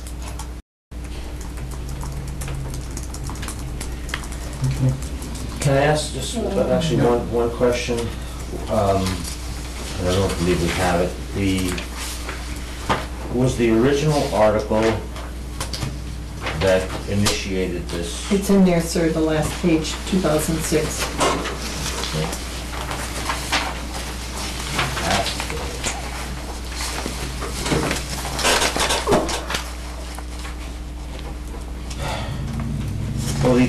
Well, the article originally, I'll read it, Article 10, Tree Replacement Program. The town voted to transfer from available funds the sum of $3,000 to commence a shade tree replacement program beginning with the Bolton Center National Register Historic District. And it was my understanding from the get-go that the tree replacement program was originally intended for Main Street and within the Bolton Center National Register Historic District, not a replacement program throughout the town. And I think over the course of time, as we've seen from the evidence that Mrs. Remington provided, that they have replaced trees other than on Main Street. And I don't believe there's been any change to the article or amendment that says to go beyond what it originally had said. And even in the letter which Tom wrote, that they're proposing, Memorial Field and Pond Park and everything else. So Pond Park is on Main Street. Pond Park would be fine. Pond Park would be fine. Fort Richmond Soccer Field probably, but I don't think they want to be going around the trees anyway, but. But anyway, That was the tree warden regardless, the original article, talked about Main Street and the historic district. And I don't think that there was any amendment to expand that beyond. And, I think to Mark's point, if there is a need, then there should be an article that is put on the warrant to address that need. And the fact that, the advisory committee has been asking now for at least 3 years, to please use it or we'd like it back. I think 3 years is sufficient, and it's not that we want to cut anybody off, but I think the original intent of that money was for Main Street, not for other properties and streets and locations in the town of Bolton. Yeah, the Selectmen, you folks have sat through every single advisory committee meeting this year. You've been to enough over the past several years. You've heard me, as well as others on advisory, ask various department heads where they stand on past articles. Are they in position? Do they still need funding? If not, can the money be released? It's a yes or no, then move on. I asked the following year, it's any department head, and when they say no, as recently as this past year, the fire chief, I strongly urged him to get moving. Figure it out, the town appropriated the money for you. It's reasonable to assume that when the town says, yes, you can have our hard-earned money by way of taxes, that you will move forward in a timely manner and appropriately use those funds. Martha? To my knowledge, there's one tree that has not been planted that is not on Main Street or at a major intersection with Main Street. That tree is a sycamore on Old Sugar Road. Every other tree on Mechanic Street or Sampson Road is visible from the junction with Main Street. Okay. I mean, the original, as Sam pointed out, the original article was Main Street within the historic registered district. Yes, but only. to do that, we had to was- have permission from homeowners within the National Register Historic District. Some of the first trees were planted at Pan Cemetery, which is also on the National Register of Historic Places, although at the time those trees replaced the ones damaged in the hurricane in 1938, it had not been designated to the National Register of Historic Places. Okay. So, we were always told by Ms. O'Toole at DPW that the funds within the tree replacement account did not revert back to the general fund. I realize she's not here at this time. So we could have spent more money if we had not had DPW do the installations. The first years, the tree warden did them. He did them on his own time and with his own help. But if we have no heavy equipment, or we've had ice storms and there's no DPW personnel, for every $300 we spend on a tree, you have to pay $200 to $300 to plant it. So a big saving was seen by not having outside entities other than DPW do the That's somewhat planting. irrelevant to the location of the We trees. could have but- spent more money, but we Okay. tried to be judicious getting trees rather than having other people do it. But I think, I mean, again, to Stan's point, and I'll get to you in a minute, Jonathan, is, you know, The district goes from Harvard to Long Hill, 495. And actually, the article says beginning with the Bolton Center National Historic District, doesn't say limited to. That's the opposite. And the refreshing in 2009 did not mention the National Register District. That's also in your folder. Okay. I think, so it's been several years since you've planted anything. So I guess, 2012's trees had to be planted in 2013, so that was another year lost. okay. And in 14 and 15, it never happened. DPW wasn't available, or the tree warden wasn't available. I mean, I want to make it clear that this is not a fund that belongs to the Historical Commission. The tree warden wanted this, and we, as Scenic Road advocates with Planning Board, said we would co-sponsor the article. So this is not part of the Historical Commission's budget. It's a separate fund. Jonathan? So last fall, we had a hearing with Verizon related to tree cutting on Wattaquatic. And as part of that negotiation, they agreed to put money into, I think, this fund to, you know, as a replacement for the trees, as well as money for planting them. And I just want to make sure that we're not talking about that money reverting to the general fund. I'm not sure that they could add money to an art No, they couldn't add money to an article. There's a separate tree. We would create an earmark within the general fund where that money would not be touched for anything other than the purpose Okay. for which it was dedicated. And to clarify, Article 12, it just refers to the original article in 2006. It doesn't. But there is a separate summary for it. In May 2006, a modest tree replacement effort was approved. Since then, 10 road salt resistant varieties of maple, sweet gum, elm, and red oak have been planted along Main Street, and several unsightly stumps in the National Register Historic District have been knocked down. That's the extent of the summary. But regardless of that, I mean, the advisory committee has been asking for 3 years to use it or please return it, and that's the crux of the issue. Well, it can only, with all due respect, Mr. Chairman, it can only be utilized between the planting months of April through June, and then it has to, some species can be planted in September, but the tree warden prefers to plant them in the month of May. And sometimes it just doesn't happen. It depends on labor at DPW. We can always hire other people to install them, but the place where he buys them in Northborough does not install trees. We have to find separate installers, and that's why Director Brown has tried to help with that. And I would say Article 31 refers to the May 1, 2006 appropriation, and there's been an appropriation since then in 2009. I'm simply using the dates that are in the budget. So, the 2009 reverts back to the 2006. Ken, from the advisory committee, I really don't see this, I'm a tree guy, and I don't really see this as a tree article.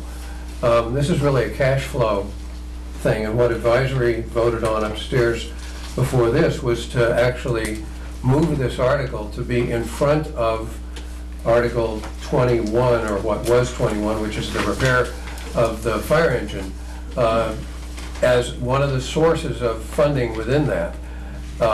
And my vote was not in any way related to trees. It was really related to where that was, Right. and to putting the cash for right now into that article.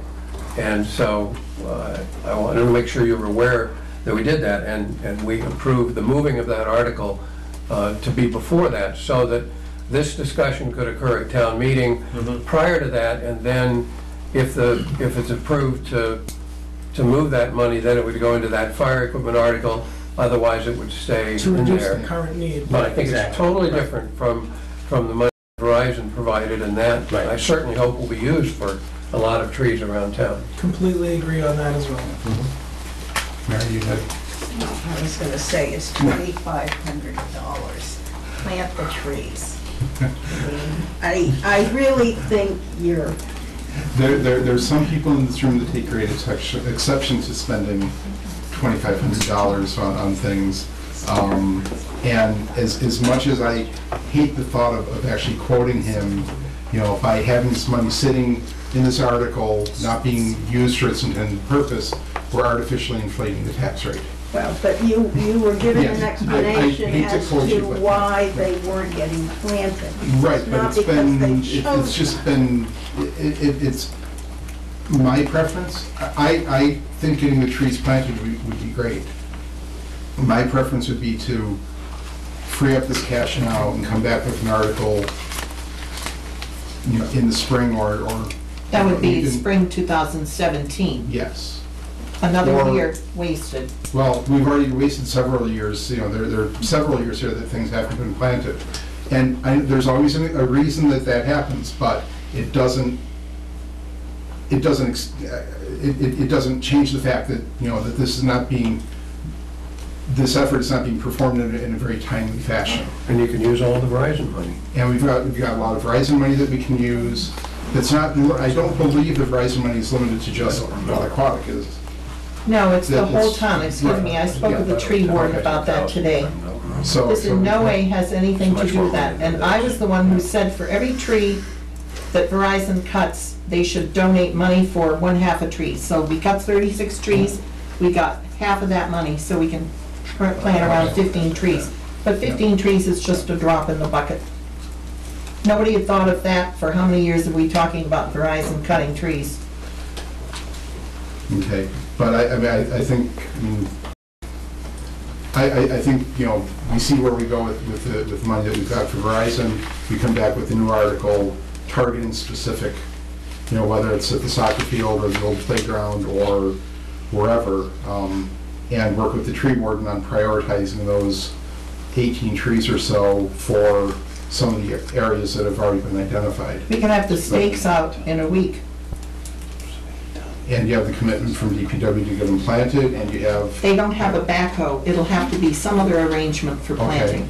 Okay. There's no backhoe. Right, so it'll be another year before we get them in anyway, so, you know, you see where this just, you know, there are always good reasons why it doesn't get done, but the fact is it's not getting done, and it's No, sitting but on the it's- books, and we're trying to free that money up for more productive uses this year. Right, I think the backhoe is on. this is not being treated any differently as the chairman of the advisory committee states, for any other department who has an article that was approved and it's sitting there with unspent funds for some period of time. So no one's being treated any differently, no one's getting special treatment, no one's being treated in a harsh or unfair manner.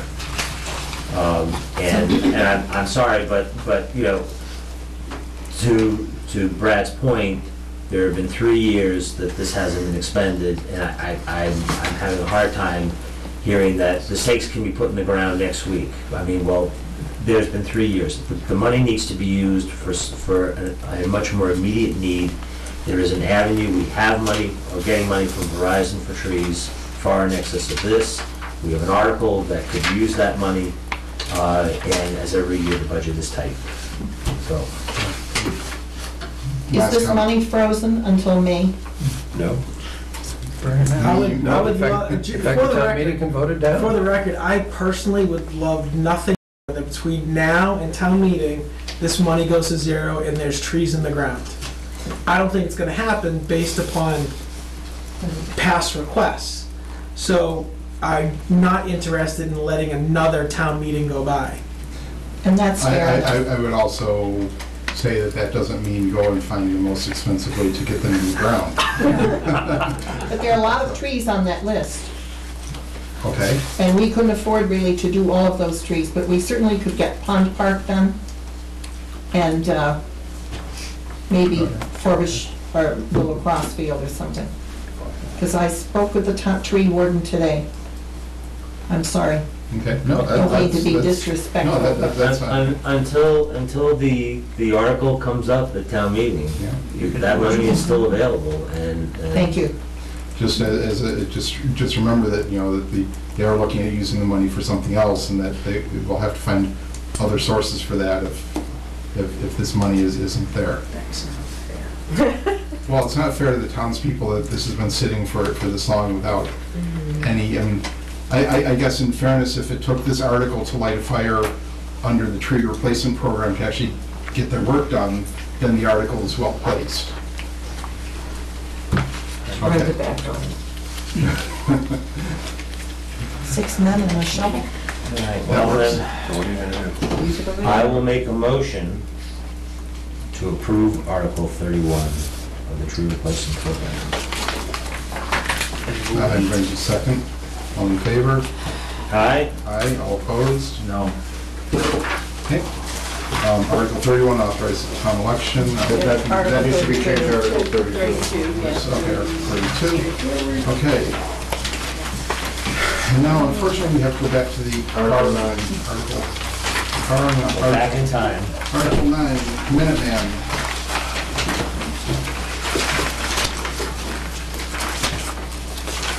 So the consensus on the funding for that? Yeah, that's no way. Is it all right? Okay. Okay. We'll change that. And just want to clarify, are we going to make the vote contingent upon a debt exclusion?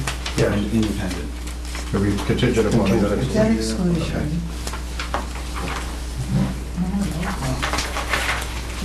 Okay, with that information, we have, Make a motion to approve. Mr. Chairman, yes. just to make sure, do you really want it to be contingent? I mean, if you lose the vote at town meeting, do you want to put the whole Minuteman, or if you lose the vote at the town election, you win the vote at the town meeting, but you lose the vote at the town election, do you really want to put the whole Minuteman district through that voting procedure? Seems to me you could do an exclusion, but not make it contingent. And then if the town voted the exclusion, you would achieve your objective of raising everybody's taxes. But if they turned it down, you wouldn't completely mess up Minuteman or cause that district-wide vote. I don't believe we're going to be the only town that looks to debt excluded. So I don't think we would be the only town in the same boat. So if that's the direction we're going to go in, I would say that we would make it contingent upon approval at the ballot. And if the townspeople say that they don't want it, then the Bolton townspeople have spoken, and the Minuteman will have to deal with it. Yeah, and we'll trigger the nuclear option and go from there. So, with the additional expense that will come back is our portion of running the district-wide ballot. The assessment, yeah. Yeah. Okay. Okay. Let's start push on Article 9. Make a motion to approve Article 9, Minuteman Regional Vocational Technical School and New Buildings School Building Project. Second. All in favor? Aye. Okay, Article 10, Berlin Road Culvert.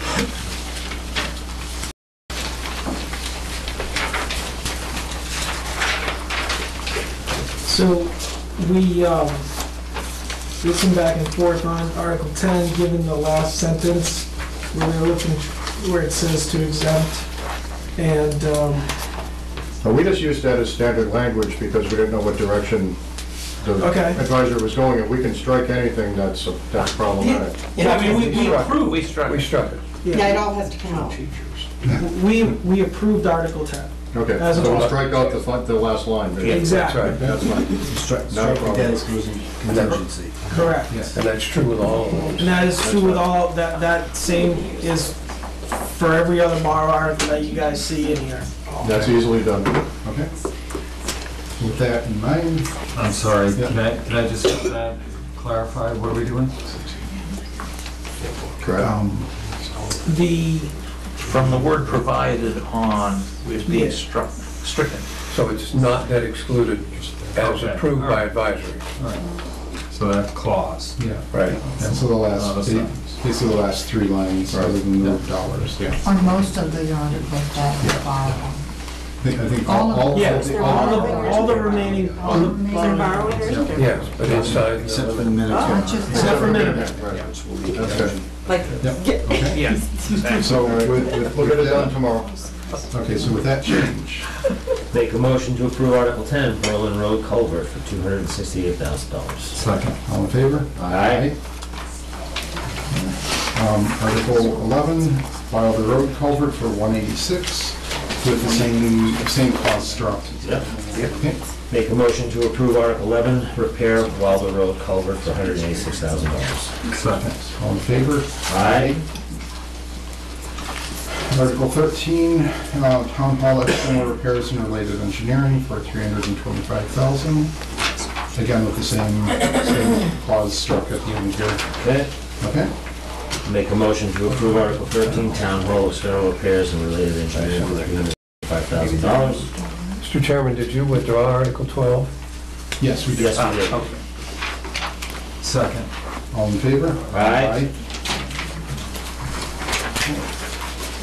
Article 14, police cruiser purchase. And again, same striking the 2.5 override. Brad, when we met, because I don't have the update from you specifically, the summary sheet we were working on Tuesday. But when we left that meeting, the amount of borrowing was over $1 million. Is it now under $1 million? No, it's No, not. it's still over. It's like 101. I'll be borrowing about 1.1 million. 1.1 Assuming they all or pass. 1.1? 1.1. So For the van. it's more than we left? Yes, it's more than what I had hoped. We wanted to keep it under the million, but, How did it go up? well, I started with 50,000 to roll forward. And then when we moved the sander and we added the police cruiser, we got to that point. It's not a huge issue. It requires additional disclosure Right, when I borrow. but I thought there's additional costs associated. It's a minor cost that I can absorb through my budget from my dad. Because I know we talked potentially about putting the cruiser back in the budget. That wouldn't be enough to get me under where I need to be. So the additional expense is minimal and can be absorbed within Donna's budget. Okay. All right, then I'll make a motion to approve Article 14, police cruiser purchase for $38,994. Second. All in favor? Aye. Okay, then, Article 16, purchase of new 19.5 gross vehicle truck for the DPW for $104,000. With the same language. Yeah, same.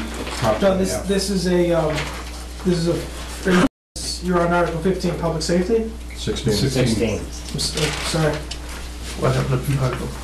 They already voted. We already voted. It doesn't require, there's no borrowing for 15, so. That's right.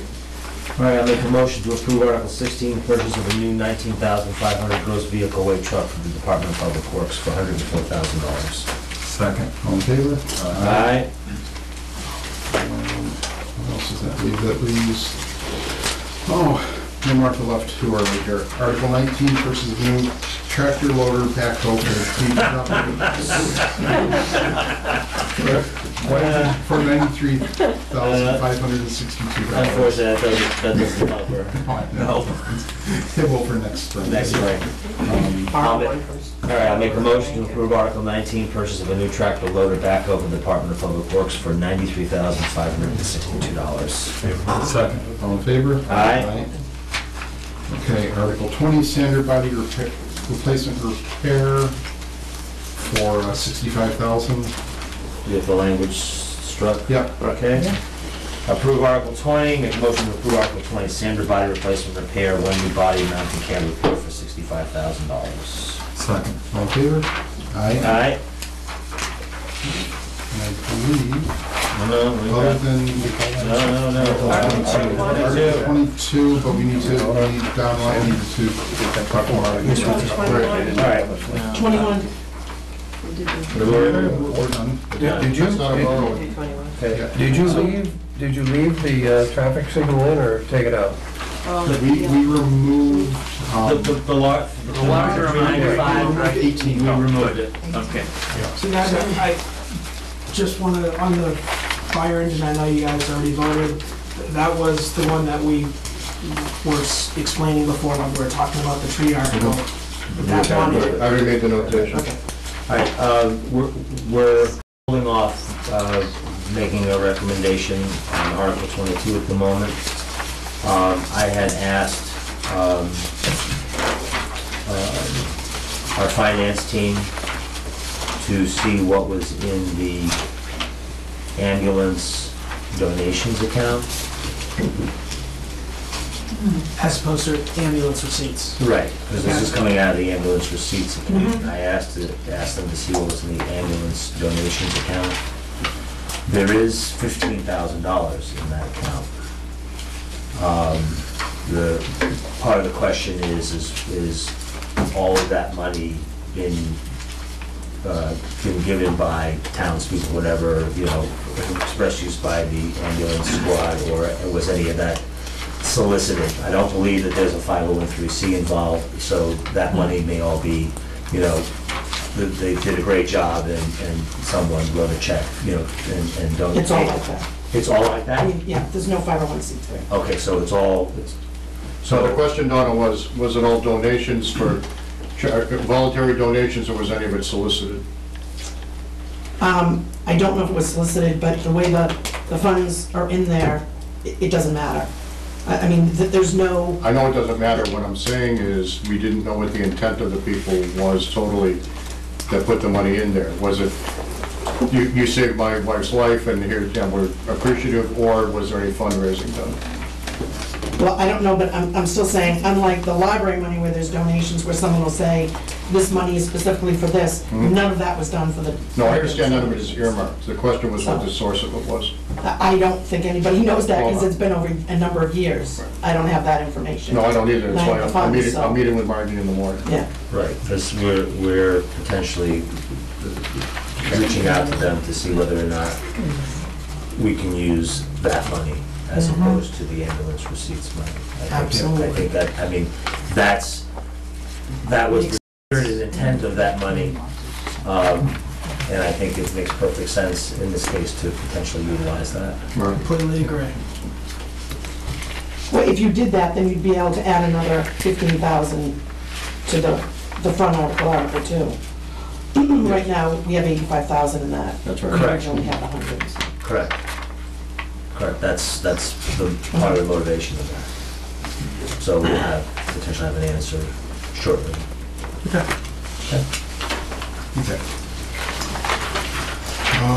So that is the entire warrant then, so there's just one article that we're pending on here. Well, to the budget, and then that. The selectmen statement I have drafted, and I'll be giving that to Linda in the morning to circulate. And with that, now we're not bad, only an hour behind. So just to liven things up here, we're going to start with Town Administrator report on Minuteman. Okay, I'll try to get through this as quickly as possible. I don't have an update on Minuteman. What?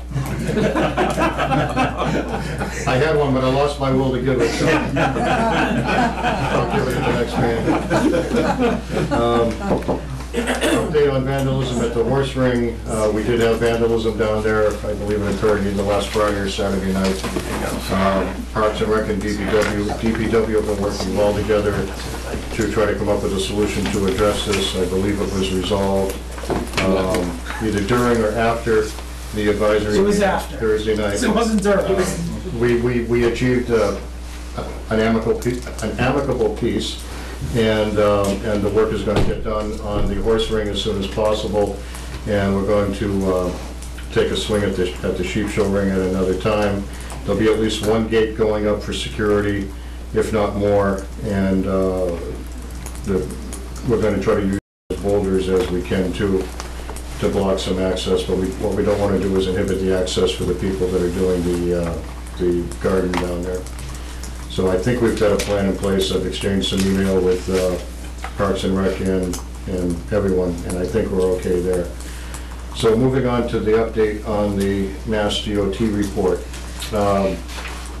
Tom and I met Tuesday morning in Worcester at DOT Region 3 headquarters with Barry Lorian and one of his staff, and the purpose for which was to go through the 117 study committee report. Yes, everyone knows Barry. I was asking earlier, and wouldn't tell her who it was. So the purpose of, because we received the extensive report from the 117 study committee, and before we could move forward, it was agreed by all that we should get input from DOT on it, whether they had any concerns or input of any kind. And I don't know that I would walk through the entire summary, because we took a lot of notes between the two of us, and the meeting lasted almost 2 hours. But we did get input on each and every one of the recommendations under priorities 1, 2, and 3. Some input was, for example, item number 1 under priority number 1 to narrow travel lanes to 10 feet. The regs that DOT utilized for this type of road, they said the minimum should be 11 feet rather than 10. So a 1 foot difference. In general, very supportive of most of the recommendations in here. Again, for example, under priority 2, we talked about traffic control and speed reduction in the area by the high school. We went through the criteria for what is needed to create a school zone. I think we met 4 of the 6 criteria, but not all of the criteria. And DOT is the final arbiter on that, so we don't qualify for to become a school zone. We did talk about the reduction of the speed limit, and we don't currently, the data that they have right now does not currently support that, but what they recommended was that we implement some traffic calming techniques and then take another crack at doing the study, which may result in slower traffic, and therefore we could lower the speed limit, and then presumably from 45 to 40. It would be difficult to see getting below 40, but I think we could lower it at least that if we implement some of the traffic calming techniques. To wit, they referenced the striping, as I said before, to try to channelize. I think they said channelize a lot. To try to channelize the traffic, to try to put some curbing in that would manage the flow of traffic into Classic Pizza better, and other techniques that we might be able to use as far as lining and that type of thing. So effectively to try to narrow the lane, which should induce slower traffic, hopefully. they talked about for traffic light at Waterquater. And I pointed out that there was a sentiment from some in town that the traffic light should be at the intersection of Harvard and Manor rather than Waterquater, and that got an emphatic no. That DOT strongly recommended that the traffic light go at Waterquater instead, and that it be a traffic light that has an option for pedestrian crossing. You press the button, it affects the traffic light, and then you can safely cross Main Street. Also to tie into the fire station as an alert of fire vehicles coming out, so you get the red, like we had years ago. So that was their input on that. And it would be a full, with the left turn signal. With a left turn signal in both directions. Yes, so there would be a left turn westbound going on the Waterquater and a left turn theoretically eastbound into the town common if the town common were to become a reality. We talked about the lights at 110 and 117 and the fact that we're pursuing a strap grant. They were very encouraging of that. They thought that the input that we got from them was that made sense. When we talked about we talked about ADA compliance issues and sidewalks, and they did say that any sidewalk work to be done, whether it was new sidewalks or the repaving of the existing sidewalks, they would all need to be ADA compliant, and that was not optional. So we would have to have, the proper curb cuts, proper width in all the sidewalks, that type of thing. I also suggested that if it's not done, that the town's exposed to litigation under the ADA. Yes, they did. Yes, they did. In fact, and this was a question from Tom, Tom asked, if it was you, what would you recommend the top 3 priorities to be? And the first one was to address the ADA compliance issues with the sidewalks. The second one was the lights at Waterquater, along with the appropriate striping for the left-hand lane. And number 3 was the lights at the 110-117 intersection. We did talk about the tip process, and they strongly suggested that we look at widening the shoulders from, you need to help me with this, from approximately the library out towards 110-117. And the shoulder widening to, so that we could have potentially sidewalks on there as well as a bike path. They consider that to be a major project, a major expense, and that's the type of thing that we should be pursuing for a tip. And in order to be able to do that, there's engineering work that needs to be done up front. I believe he said 25% engineering, 25% of the engineering done to be eligible to be able to be considered on the tip, and that would be at the town expense. So we laid out various options, trying to hit all the high notes here. We talked about the duration of the tip process, and I cited one example of 7 years in another part of the state, and they said that's probably about right.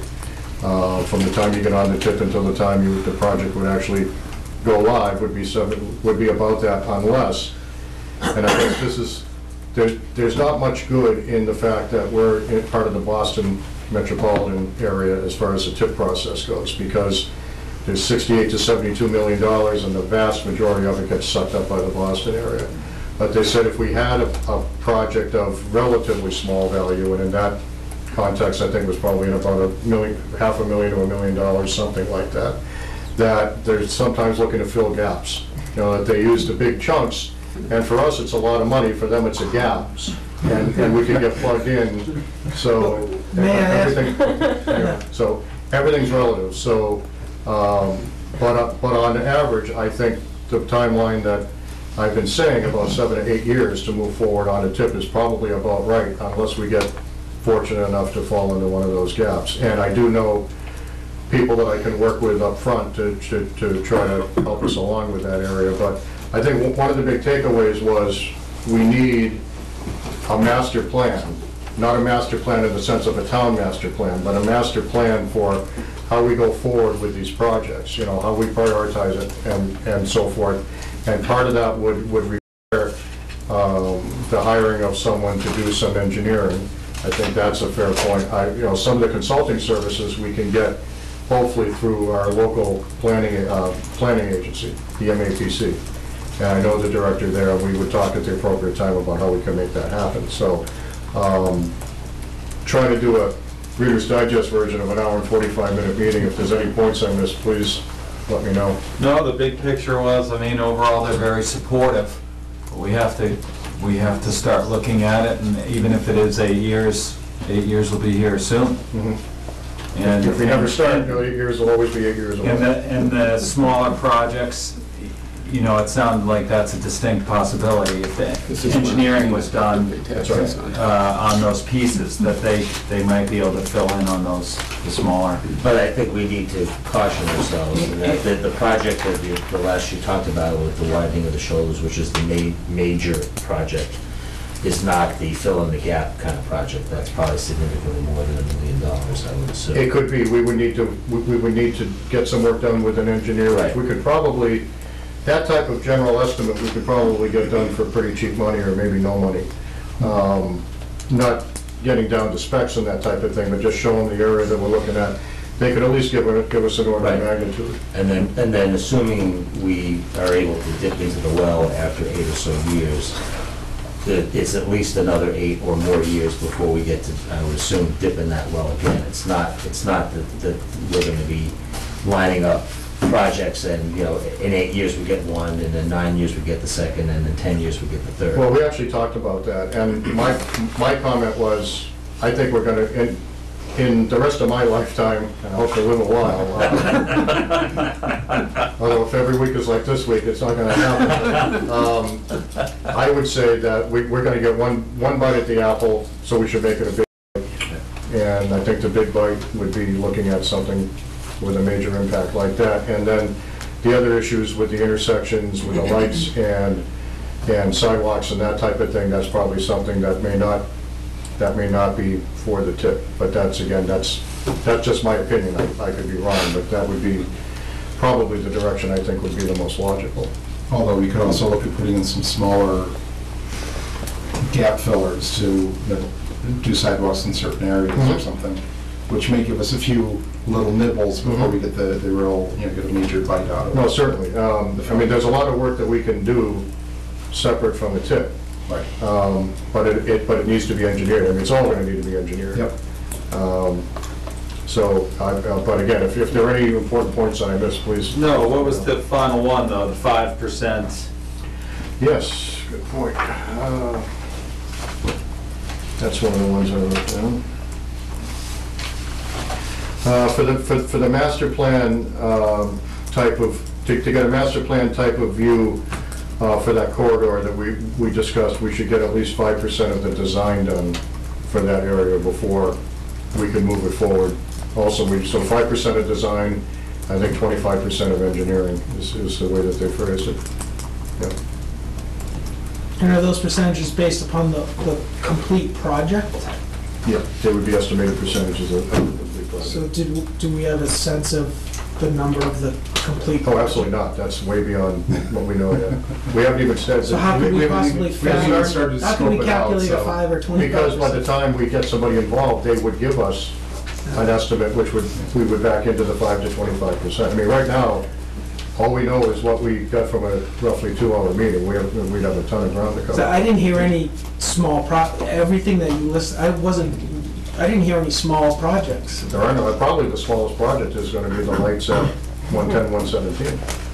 Well, but we could also look at the small project, maybe adding sidewalks and from the office park down to, Absolutely. I mean, yes. Carving off some smaller chunks like that are... We could do improved sidewalks from the office park down to the library, for example.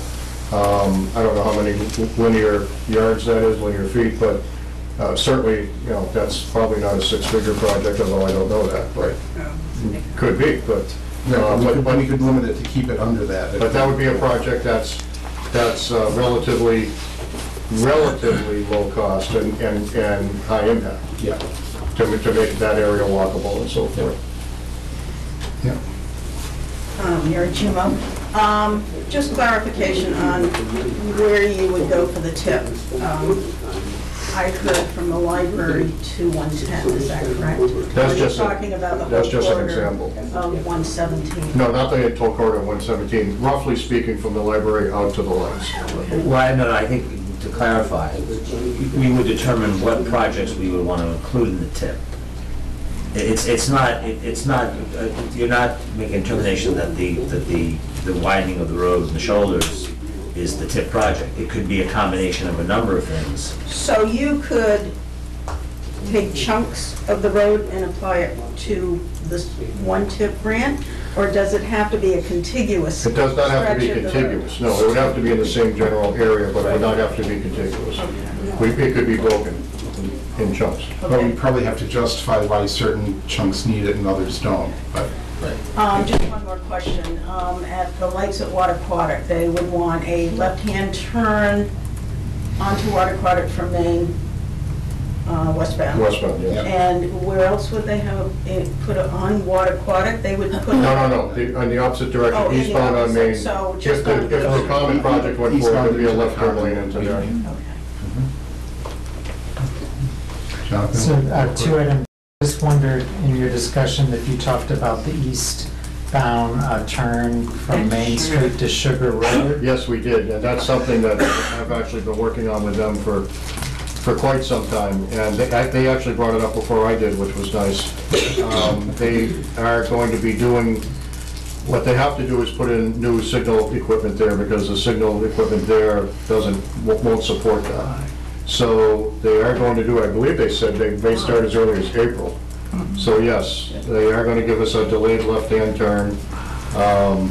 We didn't get into the number of seconds and so forth, but I've probably been working on this for at least 4 years, if not longer, so I was really excited that they said they were going to do it. That's great. And what about the idea of the truck exclusion on Water Aquatic?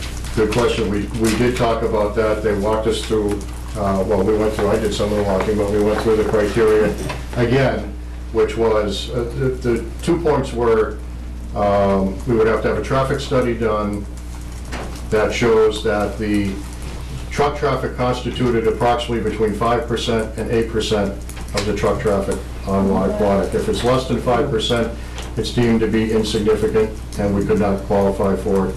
If it's deemed to exceed about 8%, then it would be deemed to be essential or necessary, and again, we wouldn't qualify for it. And they said they had a little, so we could have had roughly a 3% window there. They said there was a little flexibility on that, but they didn't define what the flexibility was. And they felt, more importantly, if we're rerouting it and we're impacting another town, then the receiving town would need to agree to accept that traffic. And I don't want to get into theoreticals, because I don't want theoreticals running in the paper that Bolton said we were going to redirect the traffic a certain way. But he did say it's a doable that is doable if we meet the criteria on the percentage and an abutting town agreed that they had no issue with rerouting the traffic. Or internally, we can redirect it internally. We can redirect it internally if it doesn't spill upon another town. Correct. So, well, I almost got into a hypothetical and I didn't, but again, we absolutely did discuss that, and that's what they said would be necessary. Okay, so in your leisure time, can we get a summary of your notes there? Okay, photocopy my notes. Nobody could read them, including me, so I will, yes, next week I will try to get out a summary. Okay, that'd be great. Thank you, Mary. No, that's what I was going to ask as well, is if we could have a summary. Actually, it would be a good addendum to the report, so I think that would... What I'd really like to do, because, as I said, between Tom and I, we took a lot of notes. I would put a draft together. I'd like to send it to you for any comments that you have on it, and then I could get it out to the board in general, and then we can share it with the public. Yeah, that sounds good. And that's all I have for this evening, unless you have any other questions. Okay. Mr. Chair? Yes. I just wanted, on the warrant, I have in my notes that the board did not do a recommendation, Article 28, you had passed over that temporarily. That was the amendments to the use table. Is that okay? Oh, yes, thank you. You're sorry. Why skipped over time? No, you're not, I don't think you're already, but actually, I get fired in this.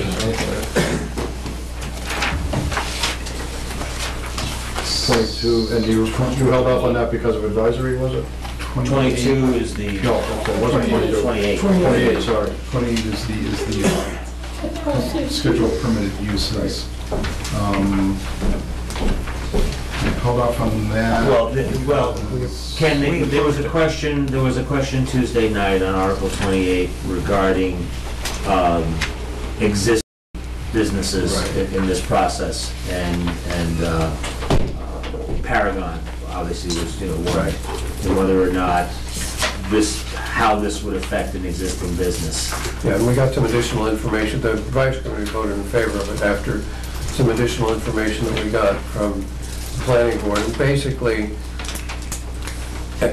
it would only kick in if there were a huge change in use. So Paragon would not be affected if it was just a regular old tenant or something, but in looking at it, if they were doing an addition or changing the footprint or whatever, that might, or if they were putting in, the example that came up the other night was a marijuana facility, but in any case, something that is kind of out of bounds of the normal sort of use, then it might kick in, but otherwise it would not.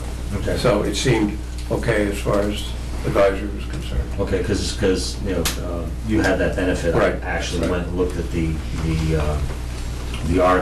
bylaw itself, and it was kind of vague on that. It didn't really distinguish between new and existing and those situations. But we also got a legal opinion while you were next door, so I think we're covered. That's now. Did what we hear Yes. agree with that? Yes. Okay. So I make a motion to approve Article 28, amendment to the Code of the Town of Bolton, Division 1, Part 3, zoning bylaw, Chapter 250, zoning, Article 3, zoning district regulations, Section 250-12, schedule of permitted uses. Second. All in favor? Aye. Okay. Now, maybe, can you come up with more interesting things here, or if not?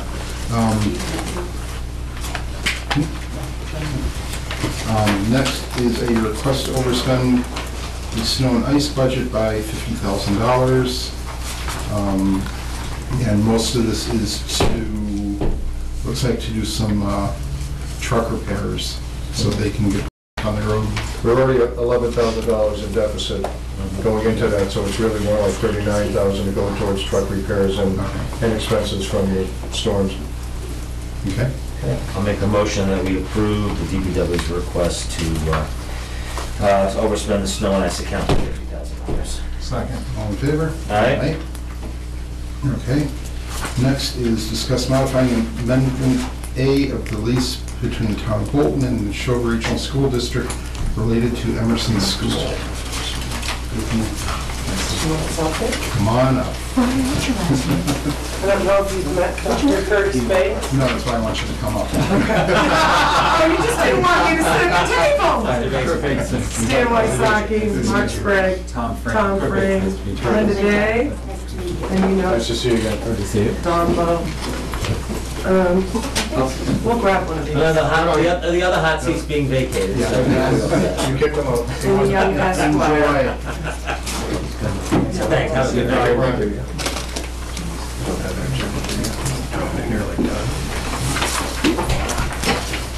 So what we can do you in for? So this goes back to a meeting that, so I recall it was probably late November, early December. Back to the original request from the school district to amend Addendum A in the lease to allow the district to make use of the space on the third floor that had been previously utilized 3-4 years ago by the town accountant, town treasurer, and the building inspector. And at that point, there was some discussion about whether or not the town should receive any consideration for that. It also lacked clarity as to what the district actually proposed to use the space for, and would that in turn create any capital improvement need needs that the town in turn would have to pay for. If the district went off and did the capital improvement at the district's time, I would thank you for that. But essentially, that was it. What was the use of the room going to be, and should the town receive any consideration in return for freeing up the space? So what do you use it for? Currently, the technology department is at the high school, where they're already crowded. It's in the middle of the library media center. Okay. And so they'd like to move them out of there so they can utilize that space. One of the pieces is that when the gentlemen have to move and ladies have to move things in and out, they have to work it around the school's schedule. A lot of students are there, so they have to wait for them to be in classes and so forth. So if they can move out of that, and Dr. Gray at the high school would really like to utilize that space for some offices or classroom space. Okay. Okay. And I was wondering, couldn't be any changes required to them? I mean, in that space, if you need more power, more air conditioning, anything like, any changes like that? No, I think when we hear an IT department, it's usually raised floors and AC and power. And making a data center out of it for your Well, even just, repairing, computers can take, have a lot of power needs, so. We asked that. I specifically asked that twice, and they said no. Okay. But is there going to be additional consideration to the town for the additional space? We're hoping that there isn't going to have to be that requirement. We're hoping that you would agree to allow us to use the space because it's not being used right now and because we have such overcrowding at the high school. So the consideration may be that we don't need quite as big an addition to the high school. I'm giving you till January to do the SOI. Well, I guess, the lessee also pays the gas, electric, fuel, water, and stuff. So, and the other provisions of the agreement remain in place.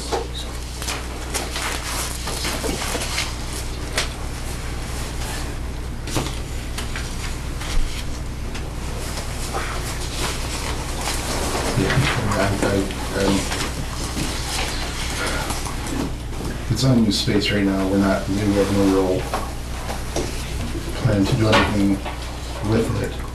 Mr. Chairman? Yes. Jonathan Keith. So when we talked about this in the fall, the observation is that Bolton's providing this space for no rent, and that's to the benefit of Lancaster and Stowe. Yep. And so it seemed as if Lancaster and Stowe should share. There are a lot of municipal properties that are being rented or leased for free or nothing. And so it seems, we've been looking at the budget so carefully, it seems, as if it's important, to realize, a true value for this space. I would agree. So, what does that mean? Well, wait a minute, folks, I think, I'll get it written from Don here. The term of this lease is 20 years, commencing on July 1, 2006, and ends on June 3rd, 2026. So we're in the middle of this lease. Are there any provisions to, other than this addendum, are there any provisions to go back and modify this lease during the term of the lease? Well, there is a clause in the lease that the town can reclaim space, but in order to reclaim space, you would have to provide like space elsewhere, unless the district voluntarily raised it. I'm trying to find the exact. But the space that the lease covers is being changed, being increased. Yes, that's what the addendum is. Yes, that's what the addendum would be. So it is being modified. It's so. I mean, keeping in mind that the lease as it stands now covers all of Emerson, all of Sawyer, not just the administrative offices. And given the expansion that's started, we don't want general space needs to be shared among all the towns. So, I mean, if in 2026 we want to carve this off and have the educational space separate from the district office space, you know, that might be something to consider for all of us that are still here. But I mean, at the moment, it's kind of bundled together. But I mean, I forget that, I think that was probably the first meeting since I was elected, but I thought there was, I mean, in the room anyway, there's a strong consensus that, you know, there should be consideration paid. There was very disagreement that, because this is for zero now, right? The district doesn't own anything at all for all that space. But so I'm in favor of the district paying. I don't know what, but number one. Number two, you know, if it wasn't going to pay, have we exhaustively notified all the in-town groups that there's this space? No, there have been no in-town groups. Not approached or advertised or anything like that? No, that's not good. A school there. You just can't have some other group occupy that space. There's a school With there. children, young children. Well, you had the town. You had town offices in there. And we have children within that I part of the understand that. building. I understand that. I mean, my recollection of the meeting, and I was in agreement of it, is the district's paying nothing. So, That's correct. So, I understand that. I understand what you're saying, and I appreciate that. However, I don't believe that we're in a position right now to be able to increase our budget at this point. And if you feel that strongly, and I respect that, then we're probably going to have to look at trying to figure something out at the high school or finding another way to accommodate.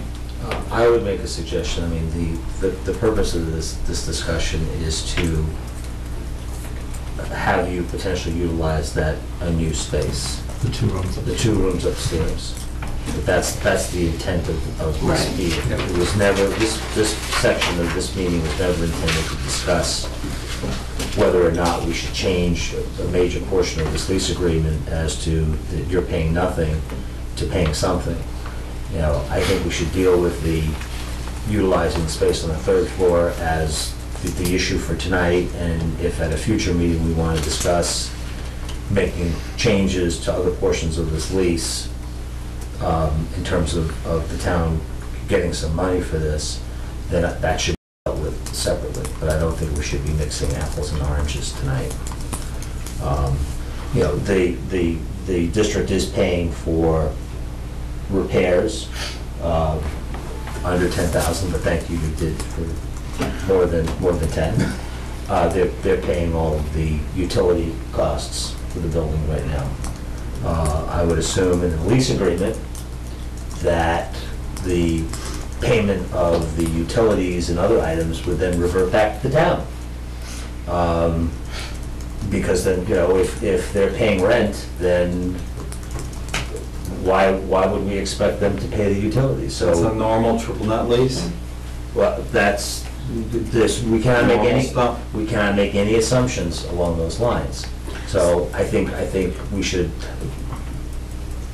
take care of the matter before us tonight, and if we need to have another discussion, then we should have another discussion. But I don't think we should mix the two this evening. Well, then we should table this so that we can have a thorough discussion. The lease is being amended. It's being amended, it's being reopened, and we're dealing with a $54 million entity. That's who leases the space, a $54 million entity. And the rent that would be paid would essentially, it's the town space, it would subsidize both, unless they move out. Yeah, you can't, the lease is being amended, that's what triggered the discussion in the first place, they want more space. I understand, but the discussion was the use of the third floor, not a discussion about changing whether they're gonna pay any money or not. Any other lease in an arm's length situation would, you know, they want more space, you pay more rent. This And that's what triggered. This isn't completely arm's length. Right. Because this involves, I mean, you know, the town and the district are separate but conjoined twins, you know. But let me just hear from the person that actually signed this for the town, so. Oh, that's not what I was gonna ask. I was gonna ask a question. I think it was the right thing at the time, but I was gonna ask a question. Does the town pay for use of Florence Sawyer Auditorium or meeting rooms, or do we pay for the high school auditorium when we have town meetings there? No. You don't? Okay, so there are no payments that we make? Maybe we So should look at be careful what it in you ask for. totality. Well, my only, and I'm not, Lorraine, you're kind of twisting my question, but that's your prerogative. Where I was headed was. What did I say? Well, somebody was. And Where I was headed with it was that if we pay a janitor, for example, if we're having a special town meeting for an hour at Florence Sawyer Auditorium, if that payment were waived, then that would be a quid pro quo.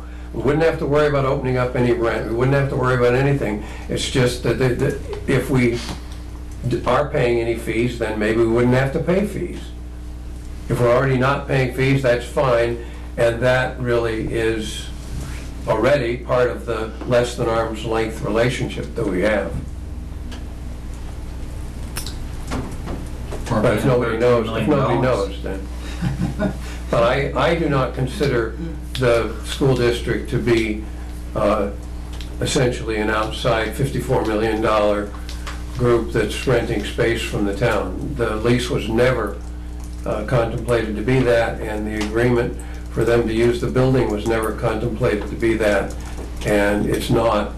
I think this is a change, and you may want to look at some sort of quid pro quo, but I don't think it's essential, and I'm sensitive enough from hearing about the space needs at the high school the other night that if we can help that out now by letting them use 2 rooms, then I'm more than happy to do that, and that's a great contribution that we can make to the district for essentially nothing. And so I think it would be fine. Will we get to keep our storage, our records remote? Yes. It's not. Well, the last time your janitors ripped the lock out and put a new lock on. When I went over there to research, I was locked out, so, but I have the key now. We'll keep it clean. Thank you. You just take all the papers and just, you know. You can.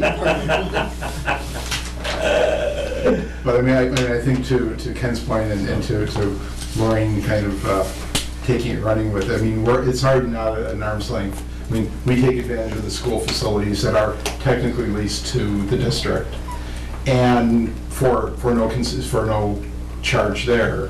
Where if it was an arm's length entity, they would be charging us use fees the same as We paid $13 million.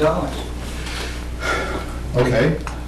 That's not That's my not question. for the That's use of the not. facility. Well, That's I apples don't and know what the oranges. district agreement says. I don't know what it says. Okay. I assume there's some legal right for the communities to use the space. I think at the end of the day, I don't know what we're talking about here in terms of what's the fair market value of how many square feet are you adding? Yeah, that's important. What's the fair market value? What's the, You know- it's going to be a couple hundred square feet on the 3rd floor of a building that has limited parking, and because it's part of a school, would have to have limited access to by the tenants. 20-year lease So- for 0. Yes, Tom, it is a 20-year lease, and at the end of 20 years, we're still going to be part of the district, and this lease covers all of the buildings. And Lancaster has a similar district for their lower schools, and Stowe has a similar, has the same agreement. And in all cases, it's for zero, and the towns benefit by having that space maintained by the schools, but available for town use. So I'm not sure, we have the marginal additional burden of hosting the district offices. Big deal. Is my take on it.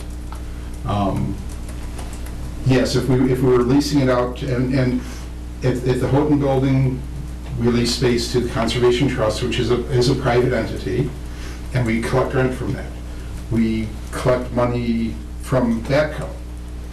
So we get, the town gets part of our cable bills back. But, you know, but those are really outside entities, but we also, as a town, do not have the right to use that space. You know, we don't have the right to use the trust office space. Whereas, you know, or we could, but they would probably charge us for it. The schools don't. So you can't look at this as a purely commercial arm's length lease agreement. And I would disagree. Okay. Yes, Jonathan. A question for Dr. Bates. Do you have a similar lease arrangement with Stowe and with Lancaster? You know, I don't know that Dr. Bates would know that, and I honestly am not aware of one.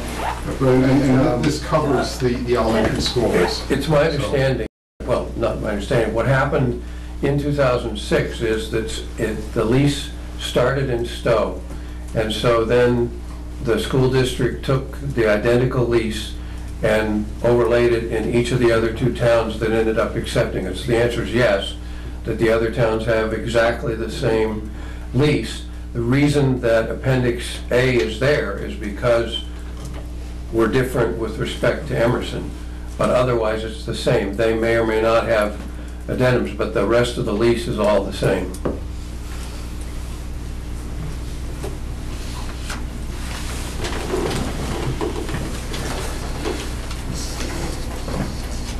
I don't think there's any further discussion. I would make a motion to approve modifying Addendum A of the lease between the town of Bolton and the Neshoba Regional School District related to Emerson School, which is attached and has been reviewed and discussed by us. I know you're not going to second that, so I'm going to. All in favor? Aye. All opposed? No. Thank you very much. Thank you. Nice meeting you. Nice meeting you too. Nice to meet you. We should get together and chat. Absolutely. Talk to you later. Nice to meet you. Lorraine? Yes. When you say this you will. Snow and Lancaster have similar lease, you mean? They don't. Okay, the next Thanks, Ken. item is Thanks so just much for help. routine work for the selectmen. In conversation with the town administrator today, he pointed out that he's not had a performance review in many years. At least 4 years, and he asked that we go through that effort over the next few weeks. Happy to. Yeah, so you'll be mailing out or sending out The pre-filled evaluation forms. This isn't a car dealership. I'm sure Linda has that form on file. I don't Yeah. understand. So you'll be sending that out and, you know, so at our, You can't talk about it. what's our next meeting? April 14th. April 14th. So yeah, I would ask if it could be done in time for the April 28th meeting. Okay. I appreciate it. Yep. So meeting next And weekend, right? historically, this is nothing new. When I have gotten a performance evaluation, it's always been in April. Okay. Good. Sound like a plan. Okay. Do we have minutes? Are those hiding in somebody's inbox? Oh, they're meeting. I know I sent some, I know I forwarded some. I don't have any. I believe I took care of everything that I had. Okay. Like an Agatha Christie. Ah. Well, we'll double check what you sent out. Yeah. Because I think I looked at whatever I needed to. Okay. Okay. Maybe not. Okay, that is, unless there's any other, I'll make a motion to adjourn. all in favor? Aye. Thank you.